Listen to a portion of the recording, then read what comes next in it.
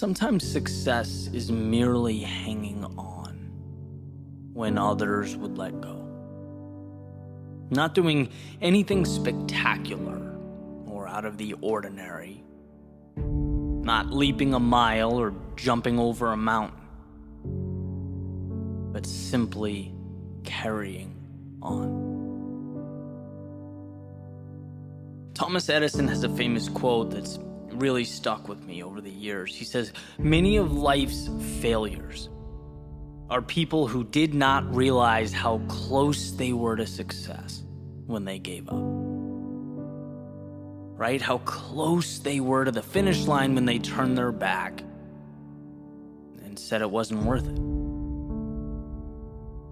It's really an interesting thing to grasp. Right? Success is seeing what others can't.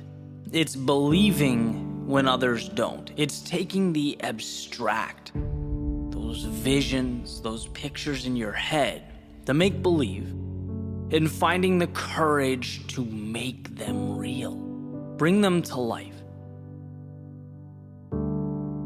It's this constantly evolving process, and it grows a little bit every single day. Sometimes we feel that progress, we feel the momentum, we do something big and it's exciting. And sometimes the progress feels small. And then there are times when we get knocked down and we don't see it at all. We feel like because we weren't validated that we lost, that we failed, that it wasn't enough. We forget that's part of the process, that progress is a journey. And it goes when you go, and it stops when you stop. Just like that famous Dalai Lama quote, right? The only way to fail is to quit. Period. No one ever stops because they can't. They stop because they decide to. They stop because they see that huge mountain and they think that's impossible. They forget it's only made of little rocks. They stop because they get so disheartened by the distance of the finish line that they forget it only takes a collection of little steps to get there. You don't have to leap the entire distance. You know, I've been there, right? This is me speaking from experience. It took me years to figure it out. And even now, life is rapidly evolving. I've poured my heart into things that, let's be honest, no one cared about. I've invested in opportunities that fell apart right in front of me. And each time it felt like the end of the world. You know, I've been lost, I've been unsure. Gotten up after things didn't go as planned and it felt like a loser. I had to look myself in the mirror and pick myself back up off the floor. But there's one thing that I kept doing that I never thought twice about. And that's continuing on. Whether life lifted me up or it beat me down, my plan for tomorrow was always the same. Get up and try again. Keep going. And as I sat down this morning with my pen and a piece of paper, I thought, what's the one thing I would want to be told if I started out again? What's the one thing that people need to hear most? And it's to simply keep going. Keep taking steps. Because one day the world will start to make sense. And you'll look around and you will be thankful for one thing. That when most would have stopped, you didn't. When the world said no, you said yes. There is nothing so powerful as a soul that refuses to back down. See, persistence is not an important thing or an essential thing. It's everything. So live as to see. Not what can be lost, but what will be gained. Find that light in darkness, even if it's a flicker, even if it's a spark.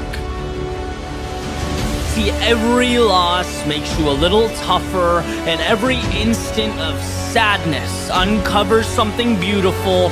Every moment of fear teaches you to be a little braver. Every broken heart opens the door to a new connection. Instead of doubting yourself, feeling inadequate in life's darkest moments, know that you need what you are going through. You are uncovering the little victories hidden in plain view. So when the world feels like too much and your patience is thin, be stronger than that voice in your head begging you to think small. Stand on every experience, the good and the bad. Let it elevate you to a beautiful tomorrow.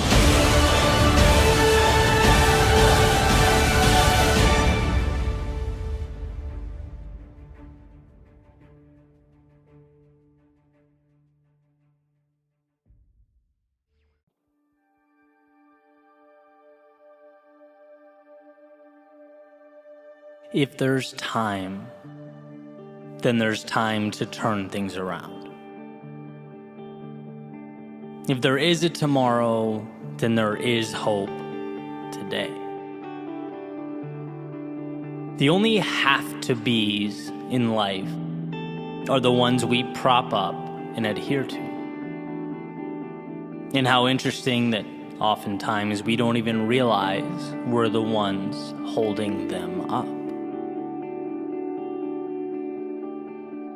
There's a simple question that I like to ask as the sun comes up and the coffee brews. Am I living today like it's an obligation or something more? Is it an automatic continuation of the past or a methodical move towards a future that lights me up? And these aren't small distinctions. Right? I've lived both ways. I've felt what it's like to feel both. I remember going to work and joking around that a flat tire would be a real treat. That's not accountability. That's not control. That's essentially living life as a jellyfish floating along with the tide. And while the lack of required output, innovation and planning may have felt like a win in the moment, or a burden lifted off my shoulders at the time, it deprived me of that which resides in the soul of every human being alive. Purpose. Personal agency. See, you can only go so far, so long being the spectator of your own journey. You can only go so long looking out the window before you wonder just what it'd be like to be behind the wheel. When we put our actions up against the question, why? It astounds me how many things are done because it's what we've always done. We act like we're expected to act, think like we're expected to think, see who we're expected to see. But expected by whom? Some of my greatest breakthroughs in life emerged after being asked why by people I look up to or respect. Why have you accepted that? That's your income? Okay, great, but why? That's how you spend your day? I see. How come? And when one is tasked with looking at their own life through a magnifying glass, some hidden truths always emerge. It shines a spotlight in the corner of the room, illuminating those shadows where one can, if they look hard enough, make out the wolf in sheep's clothing. That is the phrase, because that's how I've always done it. We get in life what we accept. We are what we allow ourselves to be, and if we don't ask ourselves which mountain is worth climbing, which ocean is worth crossing, we simply float with the tides. We're at the mercy of the winds. We forfeit the mastery over our own lives that awaits if we're willing to take that wheel and navigate. So here are a few things to take with you. First is you are bound by nothing. The parameters you exist between are of your making. You can get in that car and drive. You can walk away and begin something new. You can entertain that vision that's been conveniently tucked away in the back of your mind. Understand that to not go is fine, but it's a decision. And perhaps a decision you'll wish you made differently. And second, difficult today liberates you tomorrow. It's easier to observe. It's easier to say how you wish things were. After all, stepping out into the fast-paced, chaotic world is tough. It's scary, it's unpredictable, but it's where you find yourself and the path that's calling your name. It's beyond the pins and needles, emerging as one jumps into the cold water, that they're able to find that evolution. If there's time, then there's time to turn things around. If there is a tomorrow, then there is hope today.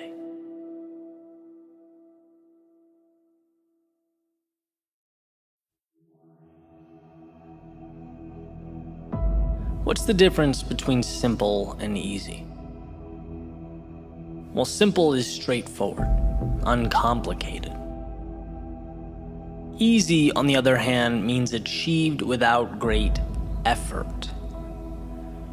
The difference between those two words is subtle, but essential to understand. One deals with the complexity of an outcome. The other, your will and determination to achieve that outcome. Becoming who you most want to be is simple. But becoming who you most want to be is not easy. Just like walking is simple, yet hiking up a mountain is not easy. The procedure didn't change, the context did. So let's talk about context. Let's talk about this cyclical nature of growth, because it's not that most people can't. It's that most people won't. It's not that most people don't get how. It's that they don't have a strong enough why.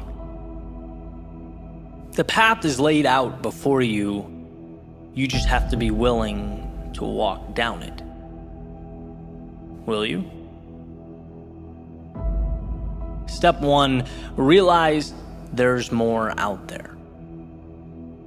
It's not that what you're doing now isn't amazing. It's just that yesterday's act of courage is now today's status quo. What was the spectacular is now the mundane. What was once the ceiling you had to jump to touch is now the floor you walk on. So at the very least, it prompts you to ask, well, what's next? Simple. Not easy. Step 2, the acquisition of courage. Yesterday's courage was a fight. It took a lot out of you, and it's ultimately what got you here. But it dropped you at the curb, it waved goodbye and went on its merry way, and here you are. You can stay here. A lot of people do. You can reminisce of the glory days, the old path, yesterday's triumphs. Or you can do that perpetually uncomfortable exercise of vulnerability. Stepping into tomorrow's unknown, reminding yourself that life's greatest rewards have a hefty price tag, and that price is discomfort. But I've already played this game, one might think. No, what you did was learn the rules. Now it's time to apply them to a new setting, and around goes the merry-go-round. It might seem like a replication from the horizontal, but here's the secret. You can't see the vertical. You have yet to look down and see your ascent, see what you're becoming. Just by staying on, holding tight, just by believing in yourself enough to begin again, you are fanning those tiny flames of courage in your soul that wait to be spread like a wildfire. Simple, but not easy. Step 3, mistakes. Now, of course, it's not the mistakes themselves you fear. It's what you think those mistakes will mean. Ridicule, embarrassment, lack of direction or identity, losing what you have. But here's the catch. When you realize the upside is greater than the downside, you liberate yourself. When you realize there's more to gain than to lose, your potential for greatness is born. How does one act on this? Mistakes. By making mistakes. By injecting yourself into the turbulence of progress. Our biology has not yet learned that the uncomfortable thing is the right thing, and that's why you get resistance. That's why it hurts. And it's why few people will accomplish what you will. When it comes to your climb, every day is opposite day. When they run out, you're running in. When they play safe, you play for the victory. To become who you might be, you must learn how to get there. Mistakes are your curriculum. Simple, but not easy. Step 4, trust yourself. Okay, sure, no problem, easy. Well, yeah, it's easy when you're getting what you want. But evolution takes time, and there's nothing quite like giving and giving and giving and not getting. There's nothing quite like stepping up to the plate again and again and again and bringing no runners home. So how does one find the strength to continue walking up to the batter's box? Well, growth is exponential, and those swings and misses matter. The infield singles matter. Everything matters. Because it's all chiseling your future self out of stone. Nothing is dependent on the next at-bat as much as all at-bats in the aggregate. That's why success is so often considered to be sheer will, dependent not on the home run, but on the discipline, the self-belief to keep walking up to the plate. Repetition and adjustment. Repetition and adjustment. Repeat and refine, repeat, refine. Those are the materials from which all things are made. Simple, but not easy. And then we have the finale, the ending, step 5. Celebrate and adjust. At some point, you'll be able to look over your shoulder and notice something that perhaps you hadn't before. Space. Space between where you are and where you started. It's not sudden, but gradual. And undoubtedly, with enough persistence, it will emerge. These moments, they are precious. They are times to acknowledge what you've accomplished, the sacrifices you have made. They are life's way of reminding you what you are building and who you are becoming. It's a time of celebration. Every little win means something. Every small victory matters, so relish in it.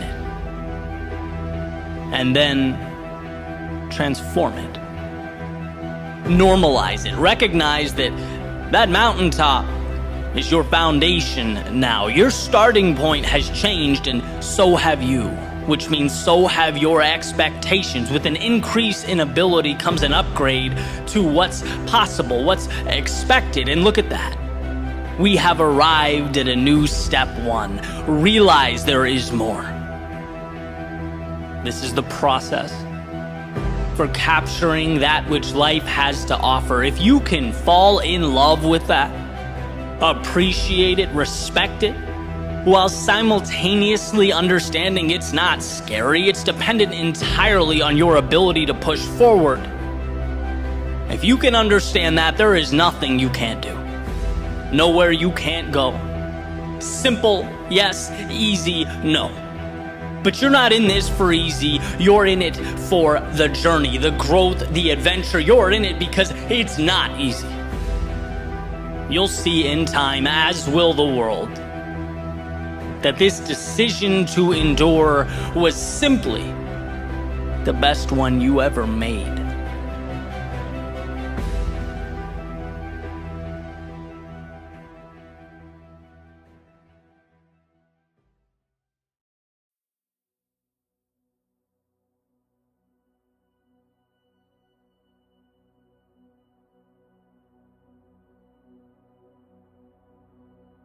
The other day I woke up with a plan. 3 things I had to do. So I wrote them on my whiteboard. They were essentially my objectives for the day. But it ended up being one of those days where things didn't unfold the way I anticipated. And for a variety of reasons, curveball after curveball, with some sloppy decision-making sprinkled in there. Eventually, morning became afternoon, afternoon became evening. I found myself exhausted and looking up at a whiteboard that was showing me I had accomplished none of the things listed. And I hate that feeling. Having clear objectives and not meeting them. Right? And so after dinner, I got a phone call, and I found myself talking about how I fell short, getting it all off my chest, letting it all out there. And I got that reassurance that I wanted without even realizing that I wanted it, right? The voice said back to me, Eddie, this happens. It's not a big deal in the grand scheme of things. No one's perfect. You put a lot of pressure on yourself. Tomorrow's a new day, right? That type of thing. And it's like, okay, exhale, time for bed. And the next morning, I was outside relaxing, doing some thinking, and came to this point. And you'll see how these dots connect here in a second. But essentially, I see life as a staircase, right? Where we thrust ourselves out into discomfort, into chaos. And then amidst the storm, we're forced to grow. We step into shoes we were once unable to fill. And what was once bigger than us is now normal. It's every day. It's ordinary because we fought for it. We pushed ourselves through. That's evolution. But now, guess what? That old ceiling has become the floor. It's time to evolve. It's time for that next step in the staircase. Time to thrust ourselves back into the chaos of life so that we can again tame something bigger than us. Take the next intimidating thing and make it commonplace. And as I sat there outside thinking, I found myself to be at that next step, ready to leap out again into the tumultuous winds of life. But this time it felt different. There's an intersection, and I talk about it often, of doing what adds value to the world and doing what makes you content personally. Okay, I think where those two things meet is peak living. That's where the magic happens.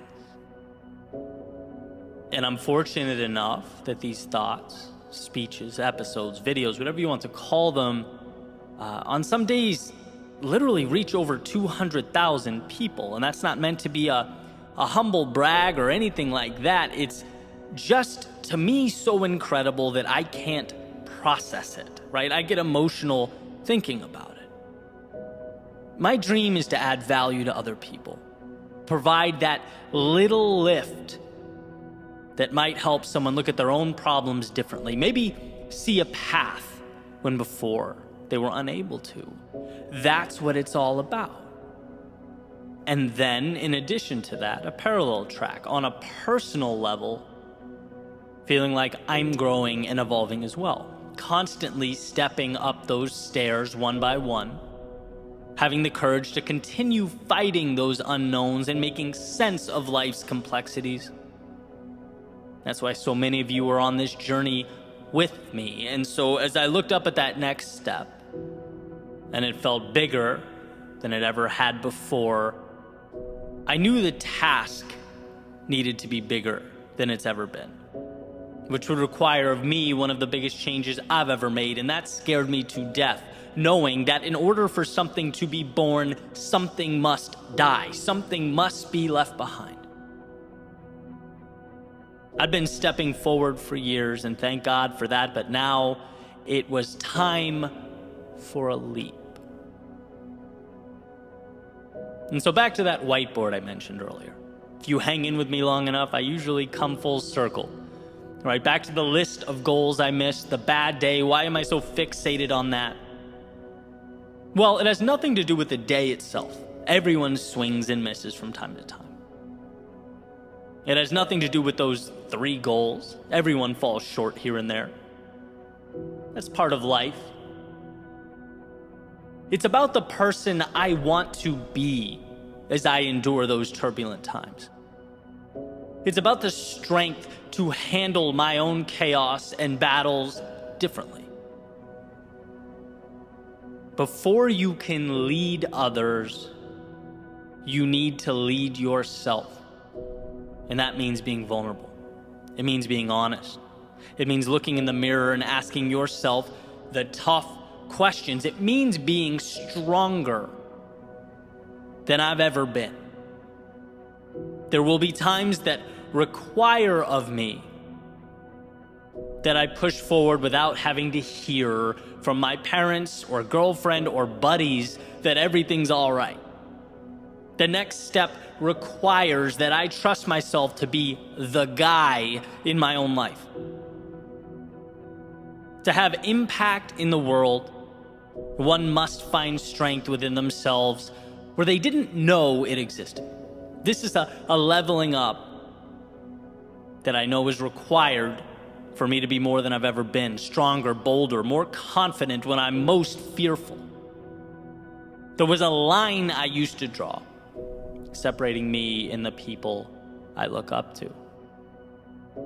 And the moment for me was a message. I knew it was time for me to mentally remove that line. You'll never be more than you envision yourself to be. It was time to be my own answer. Promote myself to that next level. From the kid with the dream to the man that makes it happen, it's time. It's just simply time. Even the ones I love, the ones closest to me, they can't provide that. It has to be internally derived from a place so deep that come hell or high water, it's happening. And telling people about my little misfortunes so that they can pat me on the head and tell me things are great, that's antithetical to what is required of me next. There is a level of courage and strength and excellence in all of us that lives at the bottom of this abyss that we must pull up with everything we have until it becomes intertwined with who we are and where we're headed. And as I sat there, I knew it to be true. I couldn't help but feel that change was about to happen, and it would stem directly from how I see myself. It would be the product of who I knew myself to be. And so now, most importantly, I present this question to you. Are you at that next step? Are you looking at a chasm that must be crossed? Where all your little decisions, all the courage and discipline and strength that you utilized to get here, that has positioned you for this moment, is it telling you something is next? Is it time to dig deeper and be more than you have ever in your life been? And my example, by the way, was not about holding in our problems or dismissing those around us. Asking for help when we need help is courage. The small circle we surround ourselves with is a direct reflection of who we are. No, for me, it was about being the type of person who trusts myself to weather those storms. About moving with greater conviction. Graduating from going to be to is currently. That whiteboard, that phone call was the turning point and nothing more. And my example may fit your life like a glove. You may think, wow, that's exactly the lens I need right now. But maybe it's not. Maybe your situation is a little different. Maybe the road you're on is newer, less traveled. Maybe it's the courage to take that first step, to play the student perfect. Because whatever it is, as you look up at that next step, what matters is that you know in your heart and soul that you have what it takes to become that person. It's not bigger than you, it is you. Someone once told me that the world will not believe it until you do. So believe. Believe it like your dreams depend on it, because as it turns out, they do. As it turns out, everything about your future is make-believe until you breathe life into it. Look around you at your current reality. Remember that it is a product of what you've allowed, and that at any time you can up the ante. Climb the step, reach a new level. You have it within yourself to do that. Just give yourself permission to be that person. And it will be scary. It's going to hurt at times. But let's be that vulnerable. Let's show the world what we can create when we move into it as though it's ours. As though destiny isn't assigned, but written, one beautiful act of courage at a time.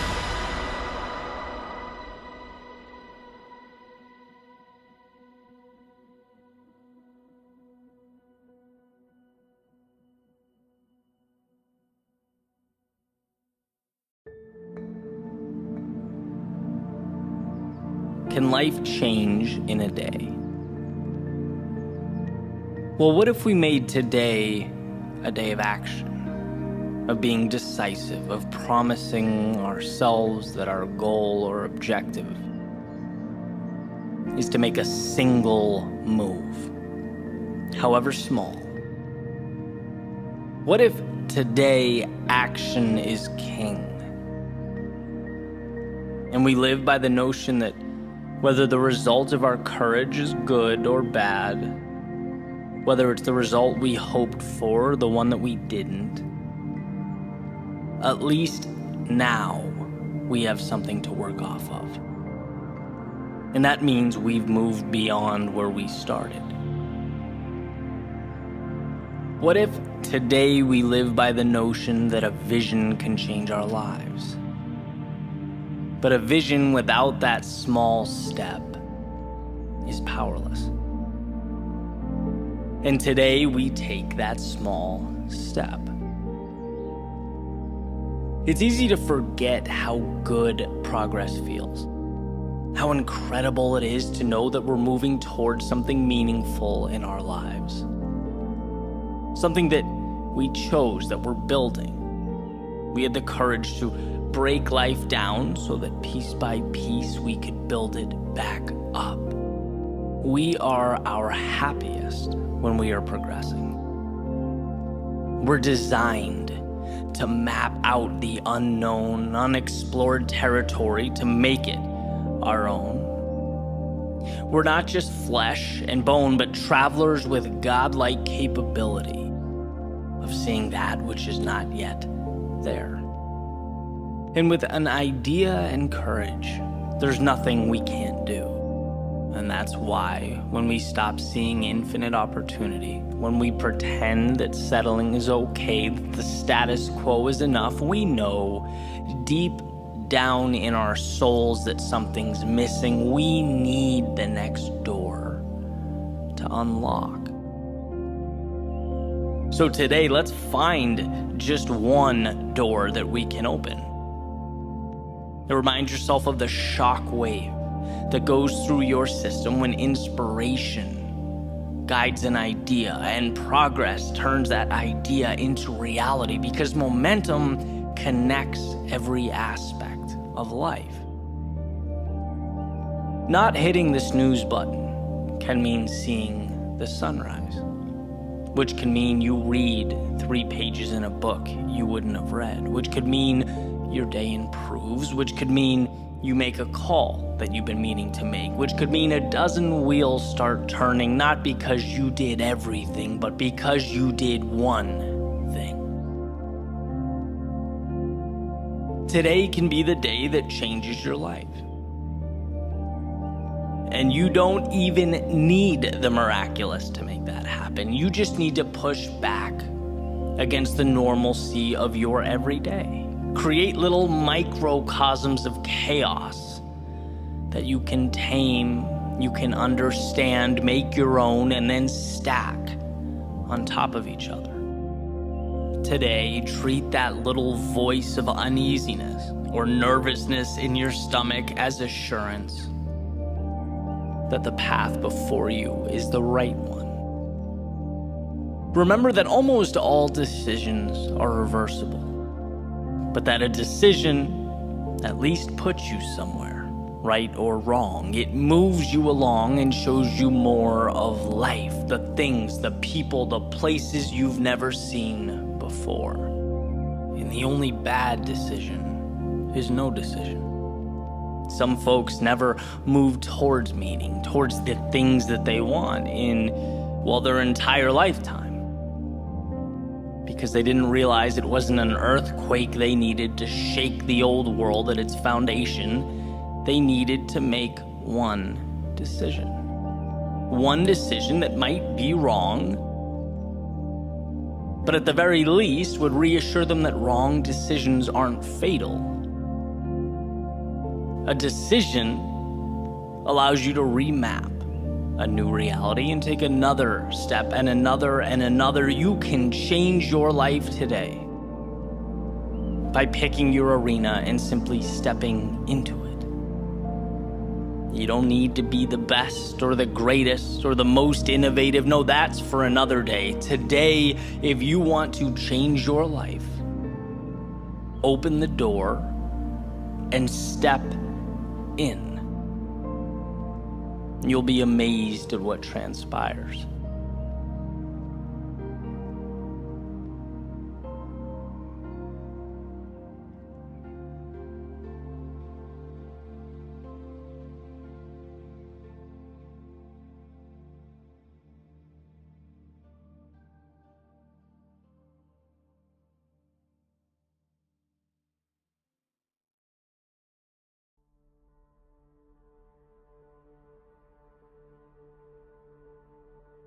Why is this battle you versus you? With all the complexity, all the obstacles out there, why are you your greatest opponent? Well, to put it simply, because all those obstacles and all that complexity still can't tell you no. They can't say enough is enough. They can't look back at you and say, let's just settle for what we have now. No, only you can do that. The world may create the landscape. It may construct the terrain and those obstacles. But you are the sole decider on where along the way you stop. You decide how far you want to go and how much you are willing to endure. When it comes to your advancement or limitation, you are in the driver's seat. I just picked up a copy of Will Smith's recent book, and one of the ideas that stood out to me was resilience. And this part in the book, it's actually kind of uncomfortable to get through, but incredibly powerful. He's talking about his childhood and the polarity of his father's personality. A man who would do anything to provide for his family. He took pride in that and saw it as his primary responsibility. But simultaneously was their greatest source of pain.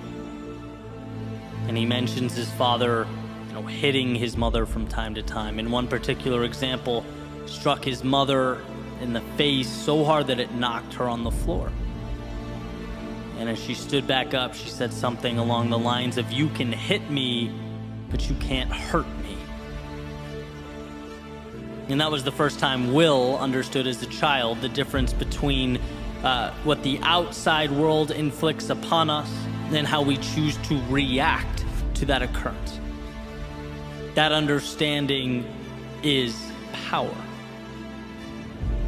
It's why you are the author of your story. In the sense that every single thing dropped at your feet, every situation, every occurrence, they come with an implicit question attached, a question that you and only you are responsible for answering. The question is, what does this mean? And how you respond to that question determines whether you go left or right at that metaphorical fork in the road. Does the occurrence detract from your ambitions, or is it a multiplier? Does it confirm your doubts and insecurities, or is it your reason to rise to the occasion? An opportunity to stretch, to evolve. That's a gift. That's an invite. Not some sort of divine punishment. But the challenge is removing the layers until you arrive at the value. And it's hard. But you get there by saying yes. You get there by choosing to see the value.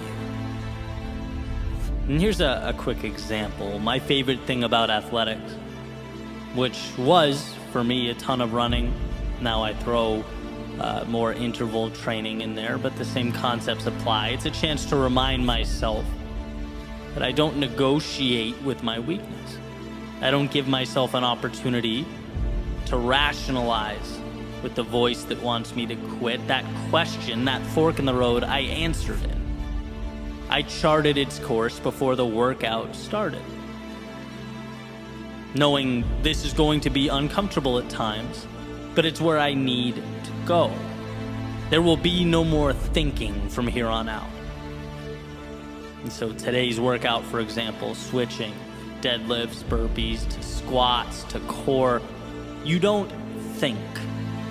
You see the next requirement, the next task, and you simply say yes. You don't need your mind for this. In fact, you go before your mind even knows where it's going, because that dotted line has already been signed. And that was the breakthrough for me. When you separate what you have to do with the hurt associated with doing that thing, you free yourself. After all, what's there to hold you back if you can't talk yourself out of doing things? See, we tend to think our greatest adversity is the pain, or the confusion, or the unknown. But it's like, no, those are the byproducts of doing anything of significance. The adversary is the voice that begs you to slow down because of those things. And if you can figure out in your own life how to create space between the two, how to separate the task and the discomfort often brought about by the task, there's nothing that will ever be able to slow you down. And look, I'm not saying that you walk around without ever utilizing the power of that brilliant mind you possess. One's ability to think is everything. But what I am saying is there is a time to shut it off. There is a time in which, to avoid overthinking, we simplify. Action, reaction. One more mile, okay, end of story. 1 minute of jump squats next, roger that, period.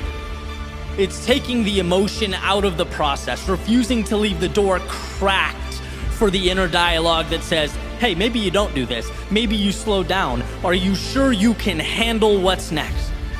No, all of that is tuned out. It's assignment, go. Next, go. Next, go. You know this is the right thing. You did your thinking before grabbing the sword, shield, and stepping into the arena.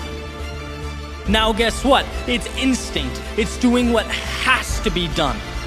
And what has to be done hurts. And look, you didn't have to accept that. You didn't have to step in. You could have stayed home, but somewhere along the way you looked in the mirror and said, the difficult path is the one with the value.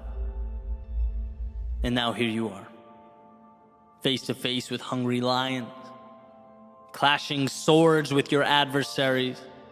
There's no turning back now. Now is when you parse out pain from the objective. The pain is now part of the audience. It's not with you or in you, it's watching from above as you do what you came here to do. So yes, those swords clash, but the eyes remain focused on what's ahead. And yes, those lions roar, but that's background noise. When you simplify your world into objective and action, objective, action, objective, action, there is time for nothing but forward progress. And sometimes that is all that is required of us. In the face of adversity, in the face of pain, self-doubt, in the face of discomfort, can you break your world down into nothing but one single step forward? One more set, one more rep, one more session, one more attempt, just one more. No rocket science, no negotiation, there's nothing to figure out here. It's walking the path before you. It's the discipline to carry on. It's one more swing of the axe. Audience or no audience, lions or no lions, you are bound to the universe at your feet. And that simplified concentration is why you will succeed.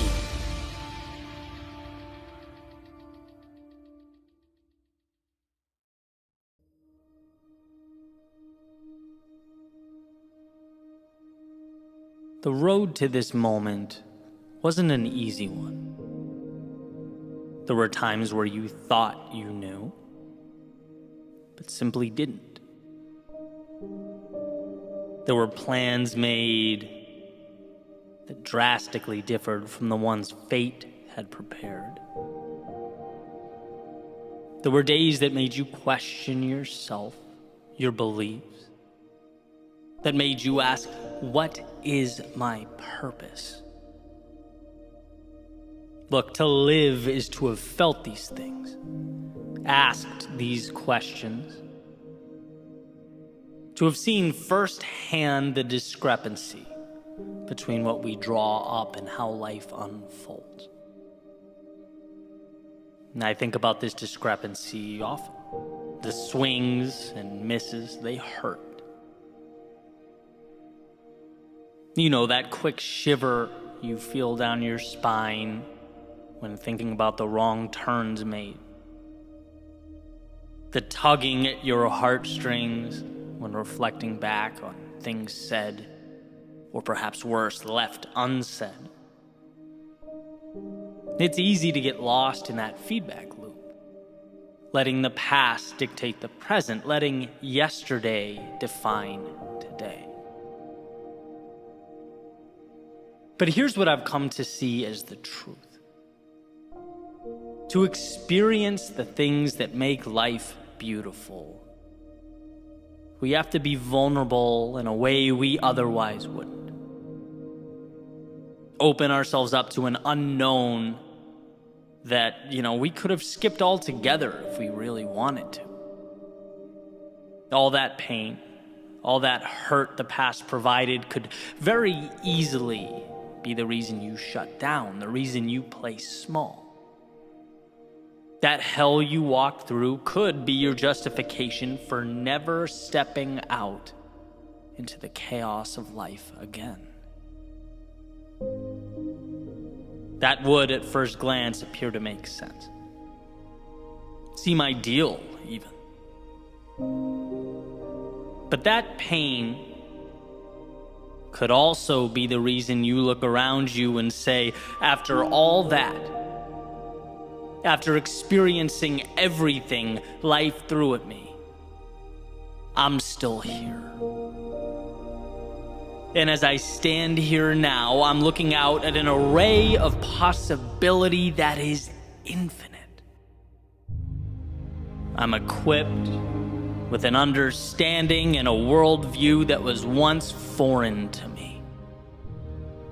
I'm armed with a perspective that has changed my life for the better. By stepping out into the often dangerous, brutal, unforgiving world, I have elevated myself. And that has made all the difference. And while it may feel intuitive to run from a reiteration of yesterday's pain, it's wisdom that urges us to instead use that pain as a multiplier. The key to something more, something miraculous. Not to cower because we once endured it, but to stand tall because we overcame it. And that's what we often miss. We can think back to the adversity, sure, but we're often unable to see how that adversity shaped us. Our own strength, it's never gonna scream out at us. It's never gonna let us know it's there. We have to take the time to acknowledge its presence. We have to peer over our shoulders to see how far we've traveled. We'll always have obstacles before us. But if we don't stop and assess, we won't see that the obstacles have gotten bigger. Not because life's gotten harder, but because our own evolution has permitted us to step into bigger arenas. It has equipped us to take on larger adversaries. A simple willingness to be vulnerable has become the flame that lit up your soul. So the question is, will you step out? Will you see that vulnerability not as a crack in the foundation or a chink in the armor, but as strength? To love, it requires accepting a susceptibility to being hurt. To play the game requires an acceptance that you just might come up short. To bet on yourself means understanding that you might fall right on your face.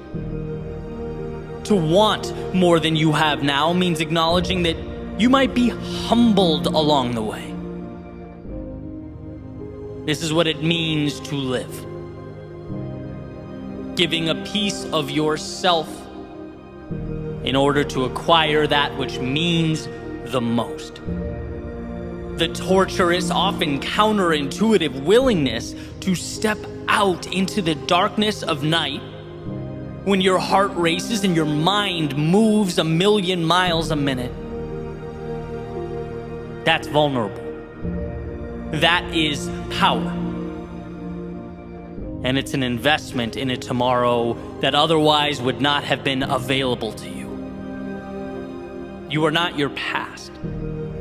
You are the wisdom derived from its lessons, the courage removed from its trials, and the hurt that was perhaps at one point the only thing you felt. It's not your reason to shrink into yourself. It's your reason to step back out, to say to the universe, I have the strength to again dance with the unknown, to risk the short-term discomforts that life often hands out like candy in exchange for the chance years from now to look at your reflection and say, I got back up. I did the hard thing. I followed my heart. I wandered into that darkness to obtain the wondrous reality that is, for a time, concealed. I did that. So love again. Grow again. Try again. Build again. Believe again. See again. Feel again. Step out into the world again. This is who you are. Underneath the fear and insecurity, underneath all those reasons to not go, there lives the beginning of the miracle that is life. And it won't be easy. The timing will never feel perfect, but the question will always exist. It will always exist within an arm's reach of where you stand. Can you be that vulnerable? Can you be that courageous? And not just when things are going well, but amidst the turmoil, the chaos, the self-doubt, when your memory only wants to play highlight reels of where things went wrong, where you swung and missed. Will you choose to see those moments not as the chains that confine you, but as the strength that elevates you? Will you be vulnerable enough to give away some of you in order to expand and transform all of you?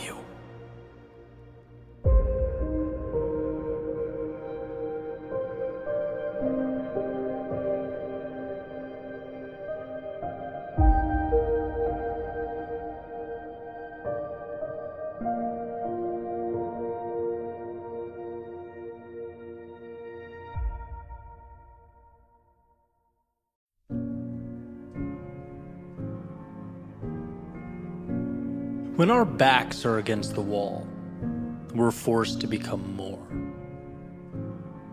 When the clock is ticking, we are tasked with finding answers that hide among us. It's in the darkness we find light, and while lost, we find ourselves. The paradox of life is that from our pain comes our purpose, our evolution, and our greatness. I love thinking back to about 2014, making my way around Boston, having just quit my job, essentially purposeless, clinging to a YouTube channel and a podcast idea that I would name Your World Within. And why? Why do I think back? Why does this mean everything to me? Well, because at the time, I knew nothing. I understood nothing. Nothing about speaking or media, audio, video, nothing about running a business. But more importantly, I knew very little about life and what's truly required to progress in a world with infinite moving parts. I didn't know that my lack of understanding is what made everything feel overwhelming and complex, and that it was up to me to simplify. I didn't know the extent to which I'd have to befriend failure. And that was the most eye-opening realization. Because when you gravitate towards a risk-free existence and you box yourself in, as I had for so long, of course you don't get the upside, but you also don't fail as dramatically either. You know, life was a simple game of cause and effect. Do work, get result, not much room for more than that. And so stepping outside that box in the way that I did changed some rules. I learned some things. First, you can spend time on something, you can exhaust energy on something, and get nothing in the short term for your efforts. And I mean nothing. Unless you count getting your pride stomped on. Unless you count your friends disappearing when you need them most. Unless you count self-doubt and a constant worry about not amounting to anything. I mean, these are very raw, very real human emotions. They tend to arise when we start something new, but in them is also the power. This is where the light bulb turns on and the path emerges. It's where I learned that we only get what we want when we endure what we don't. And what a foreign concept when you think about it, right? It's like, Eddie, take this mic, go stand in front of this audience and pour your heart out. Your knees are shaking, chest is pounding, but dude, trust me, it'll be good for you. And funny enough, it was. It was because the fear in my stomach became the indicator that something new, something exciting, something more was around the corner. Like Pavlov's dog hearing that bell, Anytime the fear kicked in, I could feel myself getting closer to something meaningful, to a higher version of myself. The pain is an invite. The sheer terror, and let's face it, that's what it feels like sometimes, it's an upgrade. Disguised as the monster that you think you should be running from, when it is, as I recently mentioned, the adversary you should befriend. We have to change our relationship with discomfort, because our initial understanding, the one that comes stock in our minds, is never sufficient to build anything of significance. Its default setting is to preserve the now, not expand it. And so just like those stock speakers that came in my 1999 Ford F-150 when I was in my early 20s, let's rip it out. Let's customize. Let's upgrade the quality of the sound we hear and the things we say to ourselves. What an advantage it is to know that the hard things are what make us level up. To find that awareness. What a blessing that when life's difficulty startles and scatters the masses, you could be the one that remains, standing tall, seeking out the advantage amidst the commotion. Every little act of courage becomes more and more meaningful, powerful. But we must lose ourselves to find ourselves. We must embrace our fears if we are to become courageous. We must fail in order to succeed. And sure, sometimes the price seems steep. But I promise, not going costs more. Wishing costs more. If onlys cost more. So maybe for you it isn't a YouTube channel or a speaking career. Maybe it's something totally different. But it is something. And should you bring yourself to pursue that which your heart pulls you to pursue, you'll have those moments of defeat, where you're mad at yourself for leaving the comfort and safety of your previous world. You'll have times where you have no idea what to do, where you feel alone or stuck or unsure. The difference will be whether you see this as the invite you've been waiting for or the reason to turn around and settle for less. That's the question. How do you internalize all that emotion that will feel like it is consuming you? I couldn't believe how strong that temptation was to go back, nagging at me every day. Just come off the edge. Just be comfortable again. But as my old coach would say in college, when we're doing wall sits or something physically taxing, 15 seconds. You can do anything for 15 seconds. And isn't life just a culmination of 15-second windows? It's compartmentalizing the process. It's turning the difficult into the advantageous. You have the ability to not think like everyone else. You have it within you to rewire your previous conceptions of the world, to see darkness not as your reason to hide from conjured up monsters, but as your invitation to become the light. Remember that the best way to be more is to have the courage to put your back against the wall. And you won't want to in the moment. There will never be a perfect time. But committing to that vulnerability will release from within you the power, the strength, the greatness that has been for so long tucked away. By moving into the chaos, you are simultaneously creating the calm you always dreamed of. You're realizing the possibility that just needed the door left ajar to make its way into your world.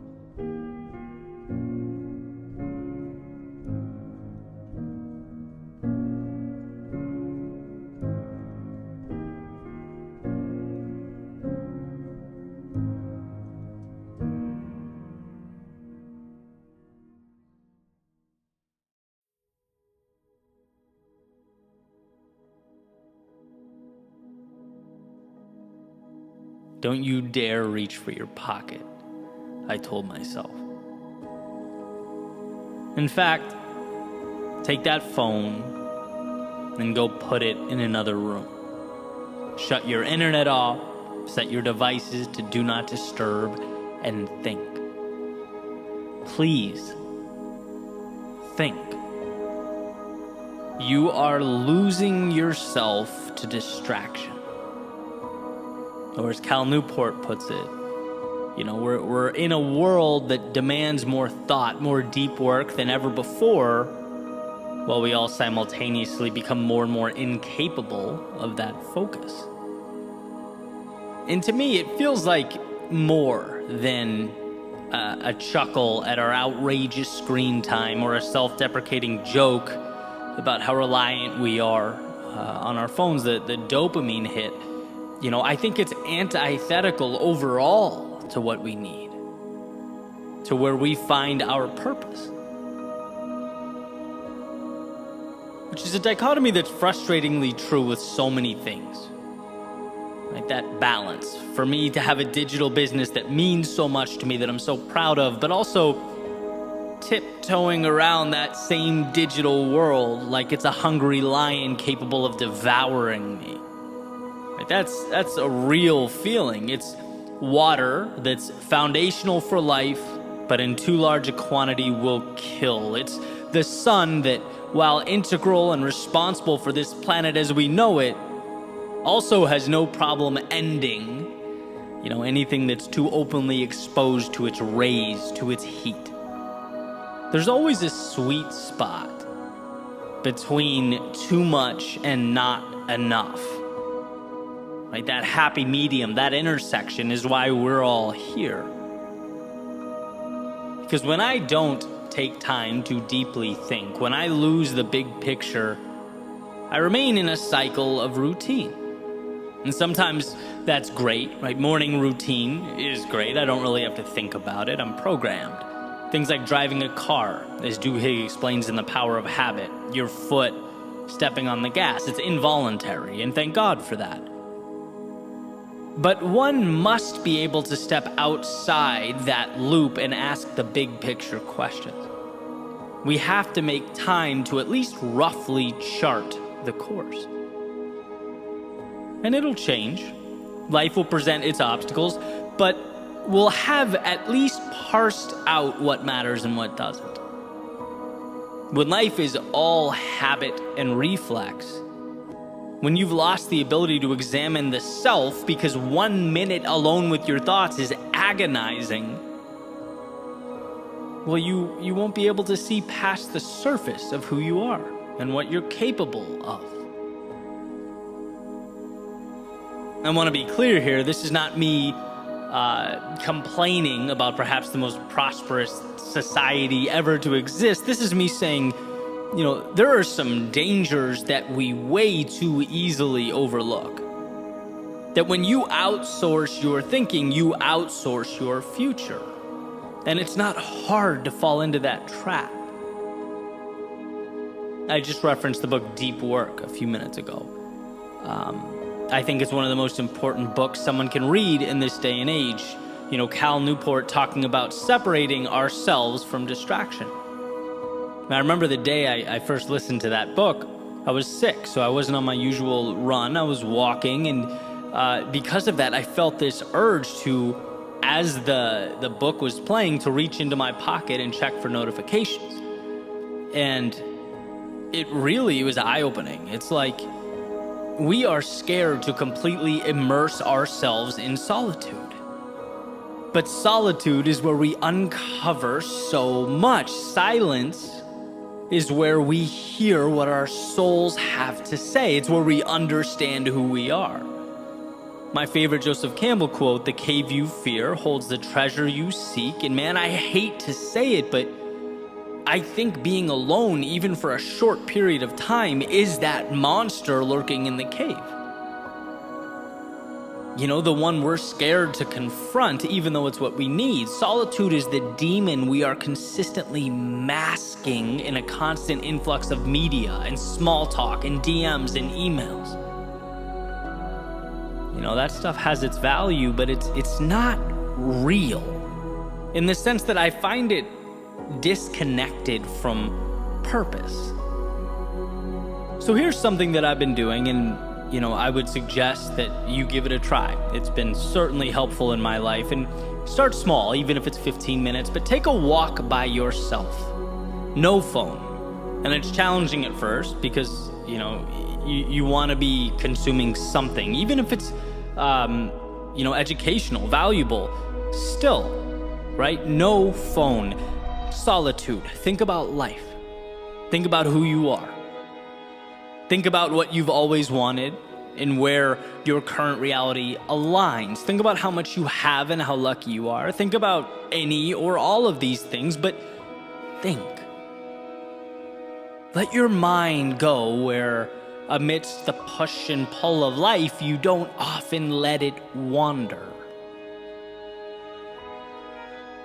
For example, some thoughts from my walk today.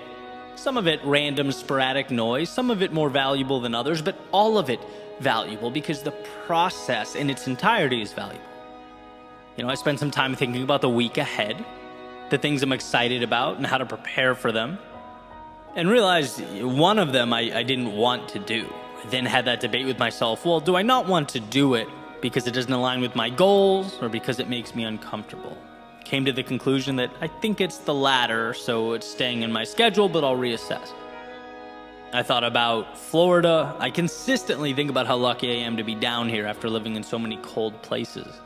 It's just such a beautiful environment and, one that I don't take for granted. I thought about a statement I just heard from a professional athlete after his surgery, talking about how hard it was on him, but that he would rise from the ashes and he would have the best year of his life. And, my mind went to one of the most important rules of leadership, that it's not about you or your rise or fall, right? To lead is to make it about the team, about the overall goal.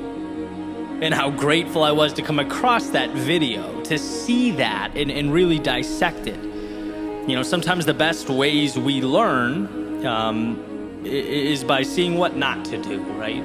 And I'll take that with me. I'll take that understanding with me on my own journey. Last thing I remember, I thought about some of the books I've been consuming. I've taken in an insane amount of books over the years, but I've practically stopped reading physical books, right? And now I consume mostly on Audible or other audiobook methods. Made me wonder whether the value is equivalent. How much that varies from person to person, maybe something to research later, right? That's all I remember as I sit here now. But the point is, this is stuff that if I don't immerse myself in solitude and break through the barrier of boredom, I don't get to. And maybe you go through a week where you don't find much. But as the saying goes, right, one idea, one concept, one epiphany can truly change the dynamic of your life. It could change everything, right? There are answers just beyond the realm of distraction we operate in. Some of them pertain to trivialities like the audiobooks and the cold front. Some of them pertain to your goals and your development, who you are, where you're going, and how you'll get there. As Newport says, to simply wait and be bored has become a novel experience in modern life. And while his emphasis and focus is primarily on work and creating an environment to be productive, I want to suggest that it's not only our work that needs saving, but ourselves. We can't lose touch with what matters most. We can't become so shallow in our thoughts and our actions that the beauty remains buried away. There is something in you that's untapped, unfinished, raw talent or desire. There are pieces of you that need to be assembled. And if left alone, will wither away, unremarkably, quietly, and probably without your noticing. So my ask is that you think of this as more than, me cheering on long walks. It's not about the walks, right? It's about time alone with yourself and what that opens up for you. It's about recognizing the spaces we need to carve out from the outside world. so that when we re-enter the outside world, we know who we are. We understand where we're headed. We don't go where the wind blows. We are able, as the saying goes, to adjust our sails to get to our destination. All you need is more time with you.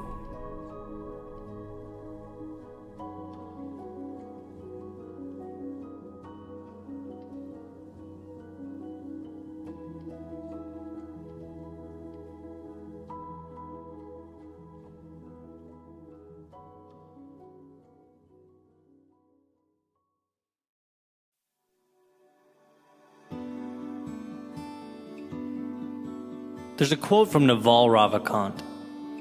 He says, "The closer you are to the truth, the more silent you become inside." Found that interesting. Got an email recently from someone asking for my thoughts about their being overlooked for a promotion at their work.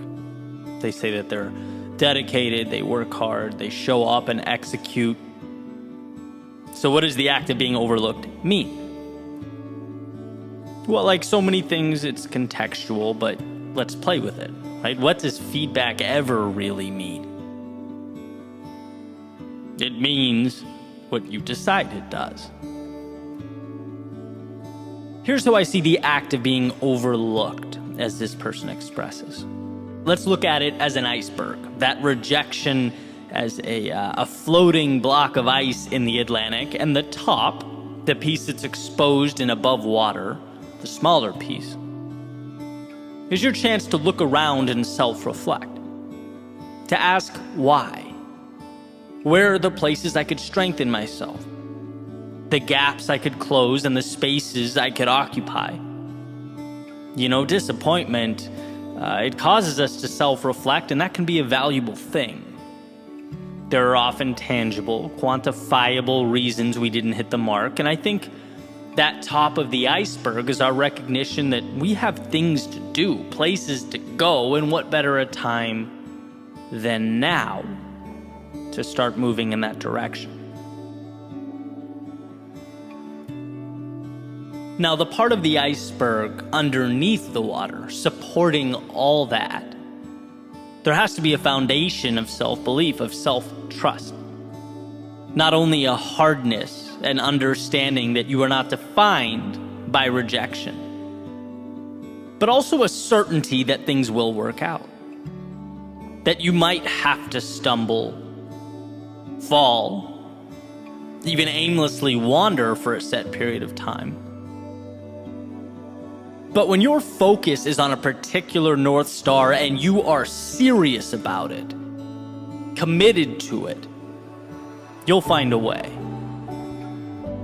And being overlooked in any capacity is not defining, because right now is not an end. You decide where the end is. And there just so happens to be a lot of space between that point and where you stand now.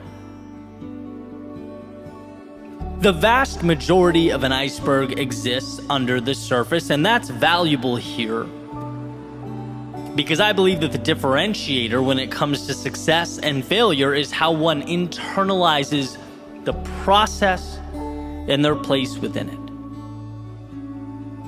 If you know you're going to succeed, if you are confident in yourself and who you are, then the little wins and losses along the way tend to mean less.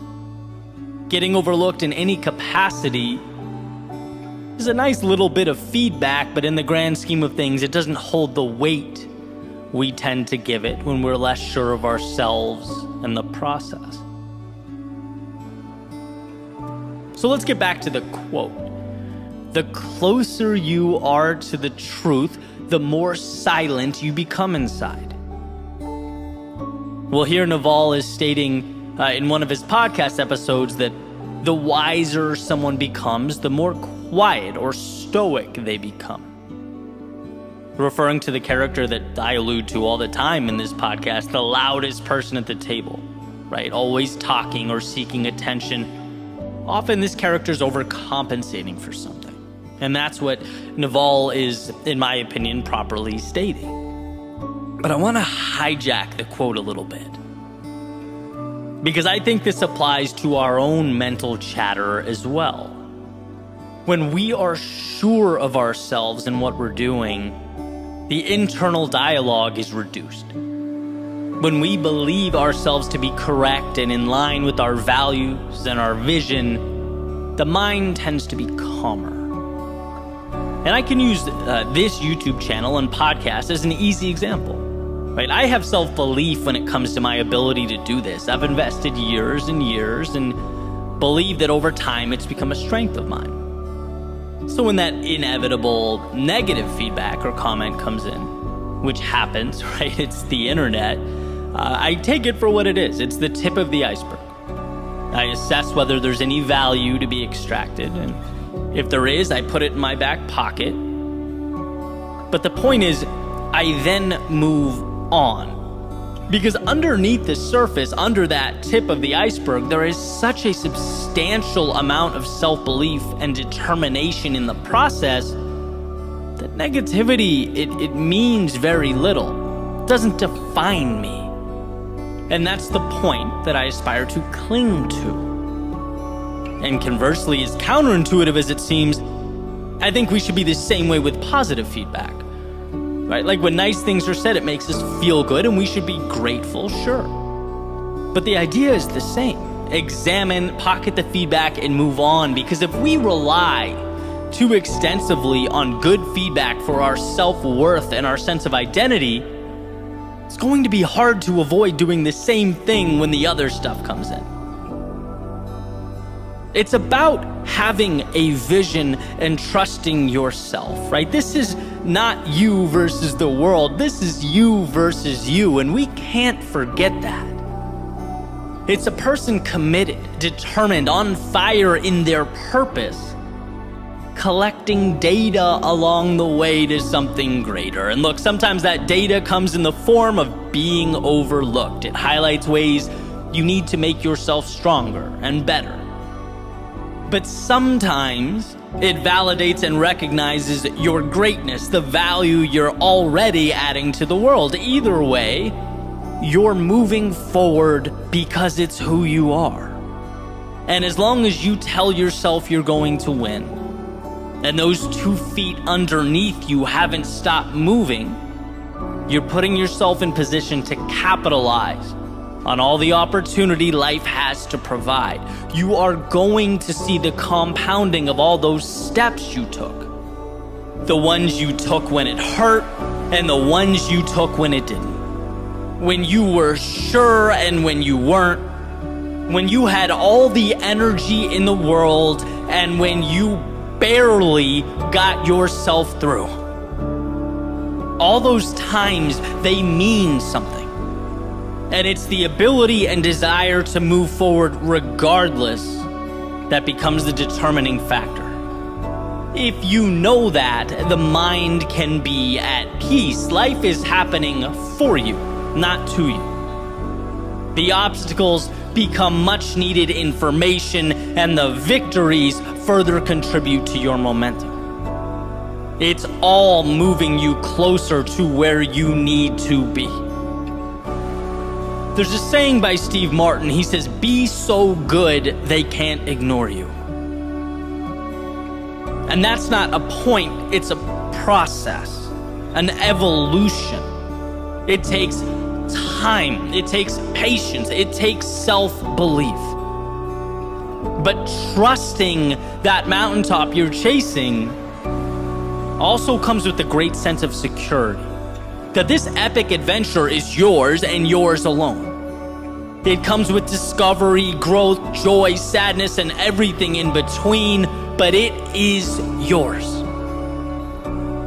And if you sign that dotted line, it doesn't matter if you are overlooked in some capacity. No person or external event can take away what you know in your soul to be true.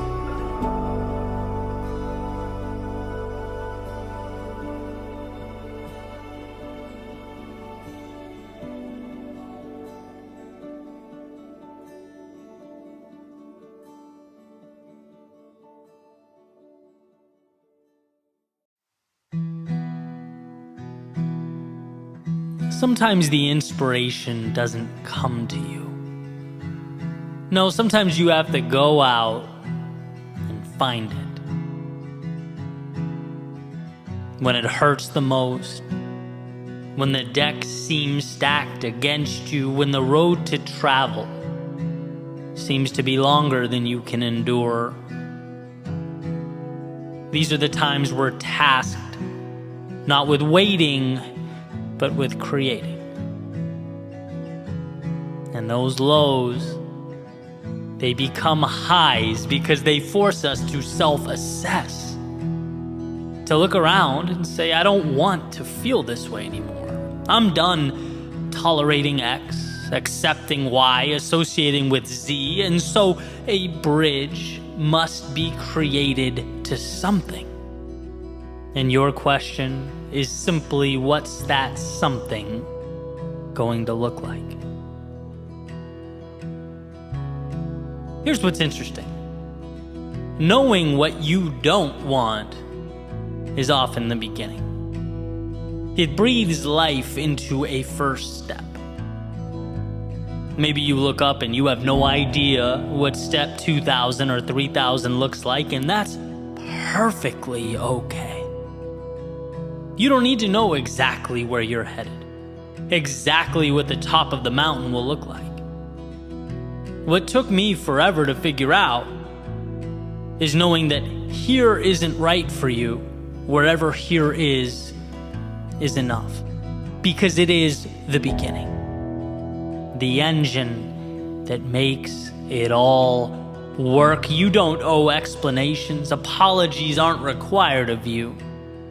All you needed was that feeling in your stomach that more is out there, and perhaps you've been depriving yourself of it for a tad too long.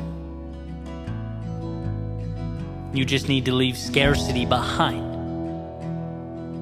and train your eyes to find the abundance you exist within. The other day I saw a quick interview Tiger Woods was giving. And I'm not really a big golf guy, but when the greats talk, I listen. And those who have been following him know that he's had kind of a rocky past, right? A very public, family situation to injuries, surgeries, a recent car accident. And you can only want someone like that to rise from the ashes, right? I feel like everyone's rooting for him to rediscover the dominance he once possessed. And basically in this interview, the interviewer's asking him about day one of the Masters, where Tiger played well enough to make the cut. He survived day one and was about to continue the tournament into the weekend, but it certainly wasn't the best golf he's ever played.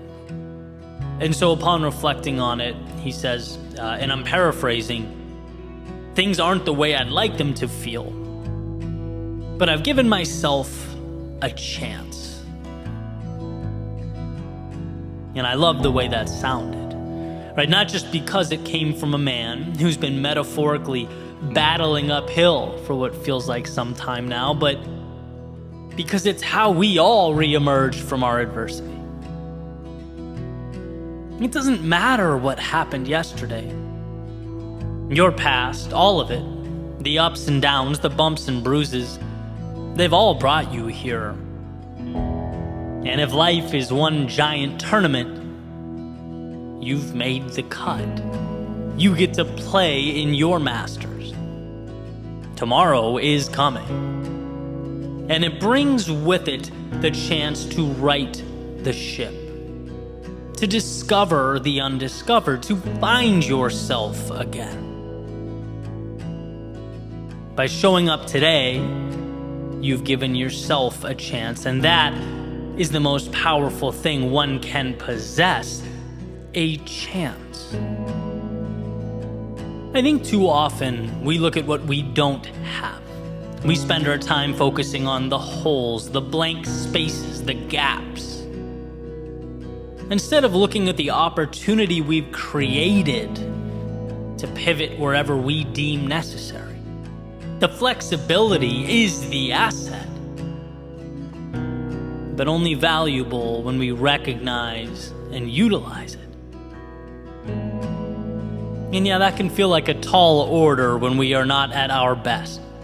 When we're operating at a level that, let's say, is less than ideal. It's easy to see all the problems we're going through as supporting evidence that the world is bigger than us, that we are outmatched by life. But really, all these things that have come together to create our current state, they're nothing more than life providing you a chance, an opportunity to turn the page. I'm a tiger, those lows, those setbacks, and perhaps even the personal anguish one would assume would accompany those things. They've given him the gift of now, and he recognizes that. Just like everything that has paved the way for you has done the same. It's created the conditions from which you can now grow, further evolve. It's providing a little nudge towards those things we need to do, but maybe sometimes drag our feet a little too long. So when the world throws you curveballs, how about seeing the situation as a chance to hit off speed, to step up to the plate and make something of what we thought was misfortune? When one trades, it's happening to me, for it's happening for me, you're presented advantages that were previously unavailable. They weren't there. And not because they didn't exist. They weren't there because they weren't recognized. Because perhaps you saw the very thing that could help you as the thing that would hurt you.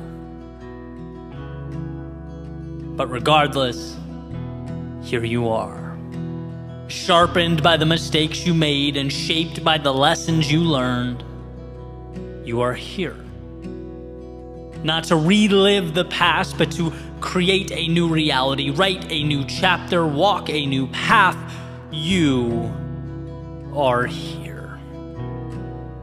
And wherever next happens to be, let it unfold because you chose it. Let it evolve because it's who you are.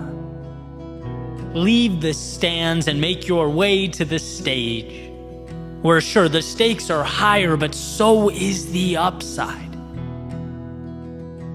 I often talk about the power of looking over our shoulders at those highs and lows from time to time.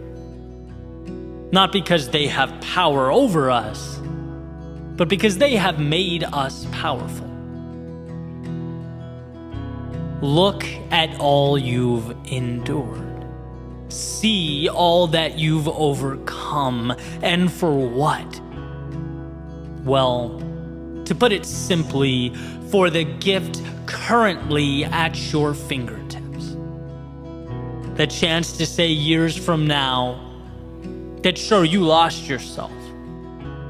Things became chaotic, confusing, convoluted. Maybe you were unsure. Maybe at times you even felt alone. But those times, the same times that could have kept you down, instead reminded you what you were capable of becoming.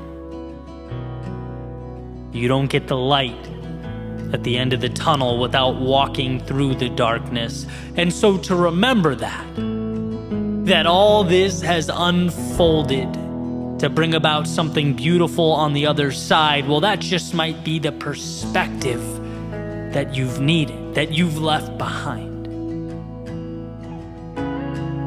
The world will only give you what you ask for, and so right here, right now, instead of accepting a continuation of your past, how about demanding an evolution of yourself? That game of life awaits. And so for your sake and the world's, don't be afraid to play.